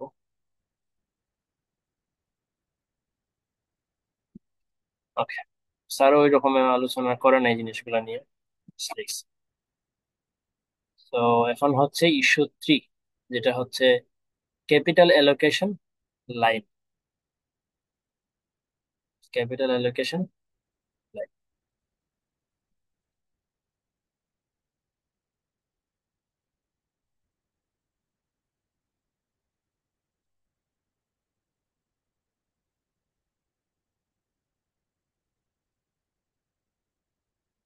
So capital allocation line. Let's assume that there are only two assets in the economy. তো ক্যাপিটাল অ্যালোকেশন লাইনটা এখন ডিরাইভ করা হবে। ক্যাপিটাল অ্যালোকেশন লাইনের একটা ইকুয়েশন আছে, ওই ইকুয়েশনটা আগে বের করব, এরপরে হচ্ছে আহ ক্যাপিটাল অ্যালোকেশন লাইনটা ড্র করব। ঠিক আছে, এটার জন্য এই ক্যাপিটাল অ্যালোকেশন বললেই আসলে আমাদের চিন্তা করতে হবে যে আমাদের কাছে কিছু টাকা আছে, ক্যাপিটাল আছে, সেটাকে আমরা এলোকেট করব। ঠিক আছে, অ্যালোকেট করব। সো ক্যাপিটাল যেটা আছে আমাদের হাতে, সেটাকে আমরা এলোকেশন করতে পারি দুই জায়গায়। একটা হচ্ছে রিস্কি কোনো স্টকে বা রিস্কি কোনো ইনভেস্টমেন্টে, আর একটা হচ্ছে রিস্ক ফ্রি, যেখানে কোনো রিস্ক নাই, সাপোজ ট্রেজারি বিল, ওইখানে আমরা ইনভেস্ট করতে পারি। তো আমার জন্য দুই ধরনের অপরচুনিটিস খোলা আছে, একটা হচ্ছে রিস্ক ফ্রিতে কিছু ইনভেস্ট করা, আর একটা হচ্ছে রিস্কি যেটা রিস্কি খাতে ইনভেস্ট করা। তো আমরা ধরে নিলাম এই যে let's assume that there are only two assets in the economy, একটা হচ্ছে রিস্ক ফ্রি অ্যাসেট আর একটা হচ্ছে রিস্কি অ্যাসেট। তো রিস্ক ফ্রি অ্যাসেটের রিটার্নটা কেমন? রিস্ক ফ্রি, RF, আর তার রিস্ক আজকে, রিস্ক তো নাই, তার রিস্ক হচ্ছে 0। আর যে অ্যাসেটটা রিস্কি, যার রিস্ক আছে, তো তার রিটার্ন আমরা ধরে নিলাম এক্সপেক্টেড রিটার্ন একটা কিছু একটা হবে, সংখ্যা হবে, আর তার ভেরিয়েন্স কিন্তু আছে, বা তার কিন্তু স্ট্যান্ডার্ড ডেভিয়েশন আছে। আচ্ছা, তো আমার কাছে যেহেতু কিছু টাকা আছে, ক্যাপিটাল আছে, আমি এটাকে অ্যালোকেট করবো, তাই না? আমি ধরে নিলাম আমি W1 পরিমাণ টাকা ইনভেস্ট করতেছি আমার যে রিস্কি যে ইনভেস্টমেন্টটা আছে না, রিস্কি খাতে। ঠিক আছে, W1 পরিমাণ টাকা, সাপোজ আমি 70% টাকা ইনভেস্ট করলাম কোথায়? একটা পোর্টফোলিওতে, বা যেখানে হচ্ছে রিস্ক আছে আর কি। স্যার হচ্ছে উল্টাটা বলছে, স্যার উল্টাটা বলেন, আমি উল্টাটা বলতেছি। W1 হচ্ছে কোথায়? আর রিস্ক ফ্রিতে, W1 হচ্ছে কোথায়? রিস্ক ফ্রিতে ইনভেস্ট করবো। তো সাপোজ আমি 30% টাকা ইনভেস্ট করলাম রিস্ক ফ্রিতে, তাইলে 30% ইনভেস্ট করে ফেলার বাকি থাকলো কত? 1 - 30, যেটা হচ্ছে 70%। ওই 70% আমি ইনভেস্ট করব রিস্কি খাতে। ঠিক আছে, এই হচ্ছে আমার ইনভেস্টমেন্ট, ডাব্লিউ আর 1 - W। তাইলে আমার রিটার্নটা কেমন হবে? আমি যে দুইটা জায়গায় ইনভেস্ট করলাম, এখানে 30% দিলাম, এখানে 70% ইনভেস্ট করলাম, এখান থেকে আমার রিটার্ন কেমন হবে।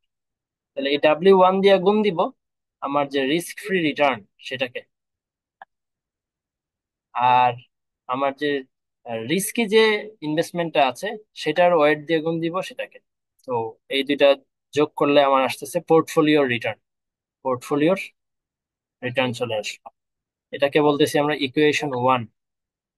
এটাকে বলা হচ্ছে ইকুয়েশন 1। এটা কাজে লাগবে একটু পরে। এরপরে আসতেছে পোর্টফোলিওর যে ভেরিয়েন্স। সো পোর্টফোলিও ভেরিয়েন্স এর ফর্মুলা আমরা জানি যে এটা ডাব্লিউ সিগমা স্কোয়ার সমান W² সিগমা স্কোয়ার। এরপরে হচ্ছে আমাদের যে সেকেন্ড ওয়েট, এই ওয়েটটাকে স্কোয়ার দিয়ে সেকেন্ড যে রিস্ক সেটাকে স্কোয়ার করা, প্লাস 2 ইন্টু দুইটা ওয়েট, W1 আর 1 - W1, ওই দুইটা ওয়েট। এরপরে হচ্ছে সিগমা 1 আর সিগমা 2। সিগমা 1 মানে হচ্ছে আমার ওই যে রিস্ক ফ্রি এর সিগমা, আর সিগমা I হচ্ছে রিস্কি খাত যেটা আছে সেটার সিগমা, ইন্টু দুটার মধ্যে কোরিলেশন, ইন্টু দুটার মধ্যে কোরিলেশন। সো এখানে আমরা ধরে নিলাম এই প্রশ্নের জন্য আমাদের কোরিলেশনের ভ্যালুটা দেওয়া আছে। না, কোরিলেশনের ভ্যালু দেওয়া নাই। আহ, যা আছে তা দিয়ে কাজ করব। সেখানে হচ্ছে আমাদের যে রিস্ক ফ্রি, সেখানে তো রিস্ক নাই। তাহলে রিস্ক ফ্রি যেহেতু, এটার ইয়া হবে কত, 0। এটার মান হবে 0, কারণ এটা তো, এটার ভ্যারিয়েন্স তো 0 হবে যেহেতু রিস্ক ফ্রি। তাহলে এই জায়গাটা 0 হয়ে গেল, প্রথম কম্পোনেন্ট 0 হয়ে গেল, লাস্ট কম্পোনেন্টও 0 হয়ে গেল, কারণ লাস্ট কম্পোনেন্টের মধ্যে ওই যে সিগমা আছে, সিগমার মান 0 বসাইছি। তাহলে বাকি থাকলো কি, শুধুমাত্র মাঝেরটা। এই মাঝেরটাই হইতেছে আমার সিগমা স্কোয়ার। তো সিগমা স্কোয়ার যদি এটা হয়, সিগমার মান তো আমরা বের করে ফেলতে পারি, এগুলা স্কোয়ার গুলাকে ডিলিট করে দিয়ে সিগমা P এর মান পাইলাম। সিগমা P এর মানটাকে একটু এদিক সেদিক করে ঘুরায় পেঁচাইয়া W1 এর মানটা বের করলাম। কার মান? W1। W1 এর মান পাইলাম এটা 1 - সিগমা P/সিগমা I, এটা পাইলাম। এটাকে এখন আমরা ওই যে ইকুয়েশন নাম্বার 1-এ বসাই দিই। ইকুয়েশন নাম্বার 1-এ বসাই দিই। সো ইকুয়েশন নাম্বার 1-এ কি আছে, W1, প্রথমে এই যে W1, সো W1 এর মান বসাইছি, RF। এরপরে হচ্ছে কি 1 - W1, এই যে 1 বসাইলাম, মাইনাস W1 এর মানটা আবার বসাইলাম। সো এটা একটু কাটাকাটি গেছে, 1 ও 1-এ কাটাকাটি গেছে। এরপরে যে জিনিসগুলো আসলো, তিনটা কম্পোনেন্ট আসলো, এটাকে গুণ করা হয়েছে, RF দিয়ে একরে গুণ করা হয়েছে, RF দিয়ে এটারে গুণ করা হয়েছে। তো এই লাইনটা আসলো। এই লাইনটার মধ্যে আমি যেটা করা হয়েছে, RF বসানো হয়েছে, প্রথম অংশটাকে সামনে আনা হয়েছে, মাঝের কম্পোনেন্টটাকে লাস্টে নেওয়া হয়েছে। এরপরে এই দুইটার মধ্যে লসাগু নেওয়া হয়েছে, সিগমা I সিগমা I। লসাগু হচ্ছে সিগমা I। এরপরে এখান থেকে বসছে ERI, এখান থেকে বসছে RF। আর সিগমা P যেহেতু দুই জায়গাতেই আছে, দুই জায়গাতেই আমি লিখলাম, ফার্স্ট লিখলাম, লিখে কমন নিয়ে নিলাম, এটা করা যায়। তো আলটিমেটলি আমার ক্যালকুলেশনটা কি আসলো? ক্যালকুলেশনটা আসলো এটা, RP সমান সমান RF plus expected RI - RF/সিগমা I into sigma P। তো RF হচ্ছে রিস্ক ফ্রি, এটাকে বলা হচ্ছে ইন্টারসেপ্ট। একটা নর্মাল ইকুয়েশনের মতো লাগতেছে না, Y সমান A+BX, বলে যায় নমিনাল যে, সরি, লিনিয়ার লিনিয়ার যে ইকুয়েশন সেটার মতো লাগতেছে, A+BX। দেখার অবস্থা খুবই বাজে। আচ্ছা, তো এই হচ্ছে আমাদের ওয়াই, আমরা রিটার্নটা জানতে চাই। আলফার ভ্যালুটা আমরা পাবো, আর এফ এর মানটা দেওয়া থাকবে প্রশ্নে। আর এই অংশটাকে বলা হচ্ছে স্লোপ, এটাকে বলা হচ্ছে বি, এই পুরাটাকে। আর সিগমা পিটা হচ্ছে আমাদের এক্স। সিগমা পি এটা হচ্ছে আমাদের গিভেন একটা ভ্যালু হবে। সিগমা পিটা আমাদেরকে দিয়ে দিবে যে এত% রিস্ক হইলে তোমার রিটার্ন কত। আমরা এই ইকুয়েশনটাতে বসাই দেব রিস্কের মানটা। রিস্কের মানটা বসাই দিলেই রিটার্নের মান চলে আসবে। এই ইকুয়েশনটা দেখে তাইলে একটা লাইন ড্র করা যায়, মানে একটা একটা একটা একটা লাইন, একটা গ্রাফ বানানো যায়। যে আমি সিগমা পি এর আন্দাজে মান বসাইলাম, সিগমা পি এর মান বসাইলাম সাপোজ 1। হ্যাঁ, আর এটার মান তো থাকবে, এটার মানও থাকবে। তো আরপির একটা মান আসবে না? আসবে কিন্তু। সিগমা পি এর মান জাস্ট ওয়ান যদি বসাই দিই, এই জিনিসটার সাথে গুণ হয়ে এই জিনিসটার সাথে প্লাস হবে, তো আমার একটা আরপির ভ্যালু আসবে। আমি ধরে নিলাম 1% রিস্ক যখন, তখন আমার আরপি আসলো 5। সিগমা পি যখন আমি 2 বসাইলাম, তখন সাপোজ আমি ধরে নিলাম এটা আসলো 10। এই যে দুইটা দুইটা কোঅর্ডিনেট পাইছি না, এই দুইটা কোঅর্ডিনেট দিয়ে কিন্তু আমি গ্রাফটা এঁকে ফেলতে পারি। ঠিক আছে। তো এই যে 1 আর হচ্ছে 5, সিগমা পি এর মান 1, এই যে এখানে ধরলাম 1 আছে, হ্যাঁ, এখানে ধরলাম 1 আছে। 1 এর সোজা হচ্ছে এই হচ্ছে 5। তাহলে হচ্ছে এটা যদি 5 হয়, তাহলে এই হচ্ছে আমার প্রথম পয়েন্ট। সেকেন্ড পয়েন্ট কি হবে? 2 এর সোজা 10, তাহলে এটা 1, তাহলে ধরে নিলাম এটা হচ্ছে 2। এখানে 2 আছে, তো 2 এর সোজা কত? রিটার্ন হচ্ছে 10, সাপোজ এটা ধরে নিলাম 10। তাহলে এই যে দুইটা ফুটা পাইলাম, 1 আর 5 আর 2 আর 10, তখন আমি লাইনটাকে টান দিয়ে দিলাম। তাহলে চলে আসলো আমার কেএল ইকুয়েশন। ঠিক আছে, এই হচ্ছে কেএল ইকুয়েশন। আর কেএল ইকুয়েশন থেকে কিছু জিনিস আছে।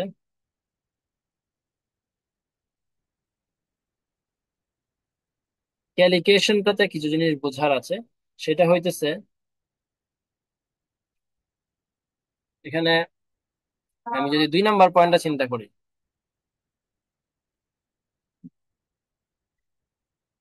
একটু আজানটা শেষ হোক। তো লাইনটা আঁকলাম। লাইনটা অবশ্যই শুরু হবে কোন জায়গা থেকে? আমাদের যে ইন্টারসেপ্ট, ইন্টারসেপ্ট থেকে। কারণ আমি সিগমা পি যদি 0 ধরি, সিগমা পি এর মান যদি আমি 0 ধরি, সেক্ষেত্রে কিন্তু আর আর পি সমান কি আসে? আর এফ আসে। তো 0, সিগমা পি এর মান 0 কোথায়? এখানে 0। সিগমা পি যখন 0, তখন আমার রিটার্ন হচ্ছে আর এফ। তো এই যে এই পয়েন্টটা, এটাও একটা পয়েন্ট। তো 3টা পয়েন্ট এখানে দেখলাম, এটা একটা, এটা একটা, আর ওইটা একটা দেখছিলাম, এটা একটা দেখছিলাম সব। তো 2টা পয়েন্ট পাইলে আমরা টান দিতে পারি। তো এই আর কি। তো ইকুয়েশন লাইনটা পাইলাম, এখন এই লাইনটার মধ্যে কোথায় কি আছে সেটা একটু দেখতে হবে। যেমন আমি যদি ফার্স্টেই 1 নাম্বার পয়েন্ট নিয়ে বলি, সেটা হচ্ছে যে 1 নাম্বার পয়েন্ট আসলে কি? যেখানে এই যে একটা রিটার্ন, একটা রিস্ক দেখাচ্ছে, এই একটা রিটার্ন দেখাচ্ছে। এটা আসলে বোঝাচ্ছে যে এই পয়েন্টটা হচ্ছে আসলে যে আমার যে টাকাটা, আমার কাছে যে টাকাটা আছে, সেই টাকাটা আমি যদি পুরাটা ইনভেস্ট করে দিই রিস্কি অল্টারনেটিভে, রিস্কি অল্টারনেটিভ। হ্যাঁ, রিস্কি অল্টারনেটিভে যদি আমি পুরাটা ইনভেস্ট করে দিই, সেক্ষেত্রে আমার রিটার্ন কি হবে? রিটার্ন হবে ওই যে রিস্কি খাতের যে ইনভেস্টমেন্ট সেটাই, এবং রিস্ক হবে আমার যে ওই রিস্কি খাতের যে রিস্ক সেটাই হবে। আর 100%ই তো আমি কি করলাম? আমি ইনভেস্ট করে দিলাম পুরোটা কোথায়? রিস্কি খাতে, তাই না? তো রিস্কি খাতে ইনভেস্ট করলে আমার হচ্ছে এই পয়েন্টটা, আমি রিটার্ন পাবো এতটুকু, এবং আমার রিস্ক থাকবে এতটুকু। তাহলে 100% ইনভেস্ট করে দিলাম একটা খাতে, তাহলে আমি পাইলাম এই পয়েন্টটা। আরেকটা হইতে পারে এটা ঠিক অপোজিটে, এই যে 2, আমি আমার পুরো টাকাটা ইনভেস্ট করে দিলাম রিস্ক ফ্রিতে, রিস্ক ফ্রি খাতে। আমি যদি রিস্ক ফ্রি খাতে ইনভেস্ট করি, তাহলে আমার রিটার্ন কত, রিস্ক কত? আমার রিস্ক রিস্ক কিন্তু 0, এবং রিটার্ন কিন্তু আমার ইয়ারএফ। এই পয়েন্টটা আর এই পয়েন্টটা বোঝাচ্ছে কি? যে আমি 100% ইনভেস্ট করে দিতে পারি। এই পয়েন্টটা বোঝাচ্ছে যে 100% investment in risk free asset. আর এই পয়েন্টটা বোঝাচ্ছে যে 100% ইনভেস্টমেন্ট ইন রিস্কি অ্যাসেট। ঠিক আছে। এর মাঝখানে যদি কোনো একটা পয়েন্ট বলা যায়, সাপোজ 4, এর মানে হচ্ছে এই ফোরে থাকা মানে হচ্ছে যে আমি কিছু টাকা ইনভেস্ট করতেছি রিস্ক ফ্রিতে, আর কিছু টাকা ইনভেস্ট করতেছি রিস্কিতে, রিস্কিতে। তো যার কারণে এটা একটা এটা মাঝামাঝি আছে। তো এটা রিটার্নটা মাঝামাঝি অবস্থা থাকবে, এটা রিস্কটাও মাঝামাঝি অবস্থায় থাকবে। একদম এক্সট্রিম রিস্কে যাবে না, এক্সট্রিম রিস্কে যাবে না। এটা একটা এক্সট্রিম রিস্ক, এটা একটা এক্সট্রিম রিস্ক। এটা একটা এক্সট্রিম রিটার্ন, এটা হচ্ছে এক্সট্রিম রিটার্ন। তো এই দুইটা রিটার্নে মাঝামাঝি অবস্থা থাকবে, কারণ আমি তো দুইটাতে মিলাই ইনভেস্ট করতেছি। আমি যদি দুইটাতে মিলাই ইনভেস্ট করি, এই মাঝামাঝি একটা রিটার্ন আর্ন করতে পারবো। সেম ভাবে এখন এখন বাকি আছে 3 নাম্বার পয়েন্টটা। 3 নাম্বার পয়েন্টটা কি? 3 নাম্বার পয়েন্টটাতে হচ্ছে আসলে আমি আমার পুরা টাকা তো ইনভেস্ট করতেছি রিস্কি অ্যাসেটে, আরো কিছু টাকা লোন নিতেছি। কিছু টাকা লোন নিয়ে আমি ইনভেস্ট করতেছি বা শর্ট সেল করতেছি, শর্ট সেল করে আমি এই 3 নাম্বার রিস্কি খাতে ইনভেস্ট করতেছি। তার মানে আমি কি করতেছি? রিস্ক ফ্রি অ্যাসেট থেকে আমি শর্ট সেল করে, রিস্ক ফ্রি কিছু অ্যাসেটকে আমি শর্ট সেল করতেছি, কিছু রিস্ক ফ্রি অ্যাসেট ধার করে আমি সেগুলো বিক্রি করে দিতেছি। বিক্রি করে যে টাকাটা পাইতেছি, ওই টাকাটা প্লাস আমার টাকাটা, দুইটা টাকা আমি ইনভেস্ট করতেছি কোথায়? ওই যে রিস্কি অ্যাসেট, সেটা হচ্ছে এই যে 3 নাম্বার পয়েন্ট। তাহলে এই 1 নাম্বার পয়েন্টটাকে ছাড়াইও আমরা ওইখানে যাইতে পারি, যেটা হচ্ছে আমাদের শর্ট সেল করতে হবে আর কি। শর্ট সেল করতে হবে কোনটা? যেটা হচ্ছে আমাদের ট্রেজারি বিল, মানে রিস্কি যে এটা আছে। ল্যাপটপ যাবে গা বন্ধ হয়ে, এত আগে চার্জ লাগাই।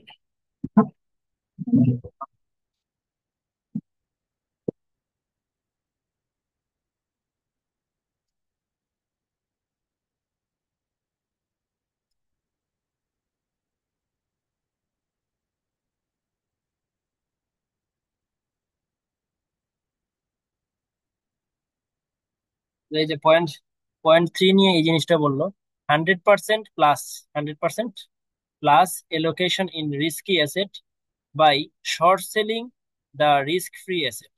মানে এটা তো ছিল আমার 100% ইনভেস্টমেন্ট ইন রিস্কি অ্যাসেট। এখন আমি এই পয়েন্টে তাহলে কিভাবে যাব? এই পয়েন্টে যাব হচ্ছে ওই যে আমি রিস্ক ফ্রি কিছু সিকিউরিটিজ ধার করে বিক্রি করে দিব, ধার করে বিক্রি করে দিলে আমার কিছু টাকা আসবে।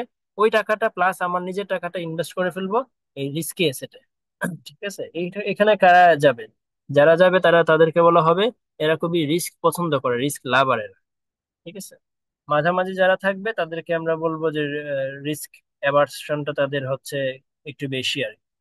এখানে নিচের দিকে যে থাকবে তাকে আমরা বলবো রিস্ক অ্যাভারশন তার আহ, বেশি। আর উপরের দিকে যে যাবে আমরা বলবো তার রিস্ক অ্যাভারশন কম। রিস্ক অ্যাভারশন কম দেখে তো সে উপরের দিকে যাচ্ছে, মানে রিস্কের প্রতি যে তার ভয় সেটা কম, এই জন্য সে উপরের দিকে যাচ্ছে। আর যার রিস্কের প্রতি একটু ভয় আছে সেই নিচের দিকে থাকবে, এদিকে থাকবে। আর যে একদম রিস্ক পছন্দ করে না, মানে একদম রিস্কের প্রতি ভয় যার অনেক বেশি, হ্যাঁ, রিস্ক অ্যাভারশন যার হচ্ছে অনেক কম, রিস্কের প্রতি যার ভয় হচ্ছে অনেক বেশি, রিস্ক রিস্ক টলারেন্সের মাত্রাটা যার অনেক অনেক কম আর কি, রিস্ক টলারেন্স, যে রিস্ক বেশি একটা টলারেট করতে পারে না, সে হচ্ছে কি করবে, এই এখানে ইনভেস্ট করে দিবে। একদম পুরো টাকাটাই সে রিস্ক ফ্রিতে ইনভেস্ট করে দিবে।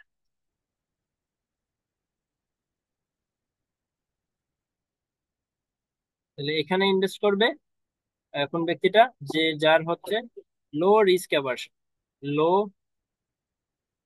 রিস্ক অ্যাভারশন, অথবা আমরা যেটাকে বলতে পারি হাই রিস্ক টলারেন্স। এটাকে বাংলা অন্যভাবে বলা যায় হাই রিস্ক টলারেন্স। ঠিক আছে, এই শব্দগুলো একটু কনফিউজিং, লাগাই দেয় আসলে। এরপরে হইতেছে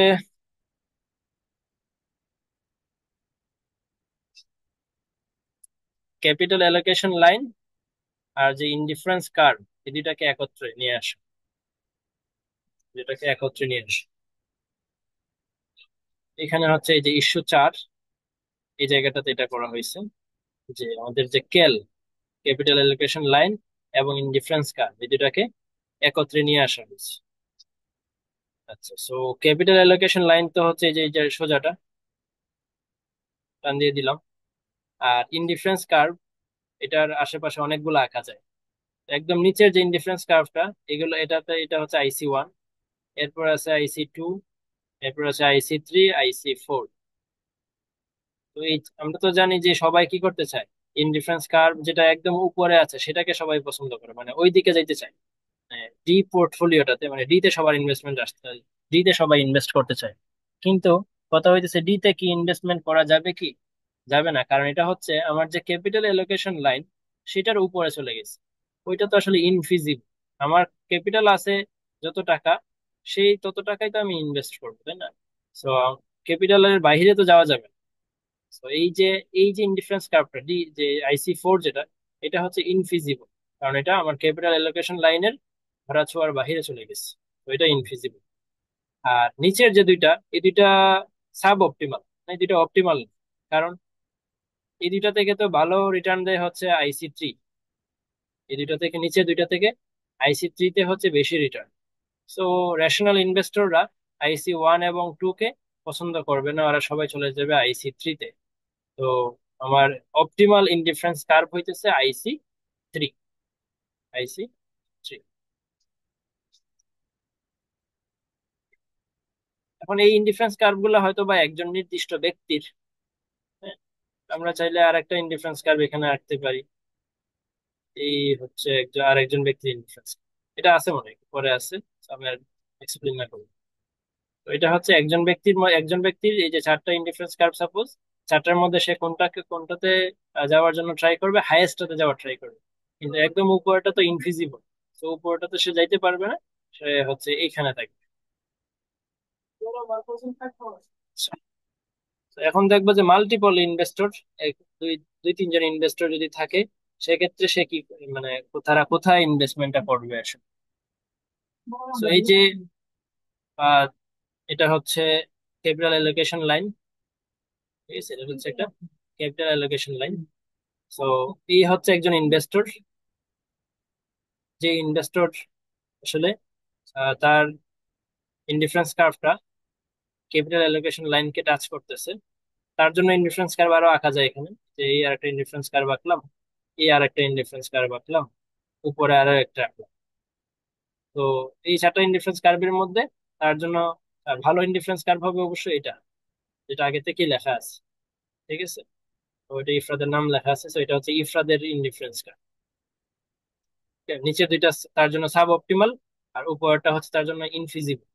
তো সে হইতেছে এই পয়েন্টে ইনভেস্ট করবে, তাই না? এই যে আই পয়েন্টে, এই যে এই আই পয়েন্টে সে ইনভেস্ট করবে। আই পয়েন্টে ইনভেস্ট করলে তার রিটার্ন হবে এতটুকু, এই যে এই পয়েন্টে তার রিটার্ন, তার রিস্ক হচ্ছে এতটুকু, এবং সে এখানে কিন্তু হায়ার স্যাটিসফ্যাকশনটা পাচ্ছে। এই পয়েন্টে ইনভেস্ট করলে কিন্তু তার স্যাটিসফ্যাকশনটা হাই হচ্ছে, এই জন্য সে এই পয়েন্টে ইনভেস্টমেন্টটা করবে। আর আরেকজন ইনভেস্টর, যেটা আমার নাম লেখা আছে, তো আরেকজন ইনভেস্টর, তো সে হচ্ছে হয়তোবা রিস্ক একটু, রিস্ক, রিস্ক অ্যাভারশন কেমন, রিস্ক অ্যাভারশনটা হচ্ছে লো, মানে রিস্কের প্রতি ভয় কম। অ্যাভারশন বলতে ভয় বলা যায়, ভয় বললে সহজে বোঝা যায়।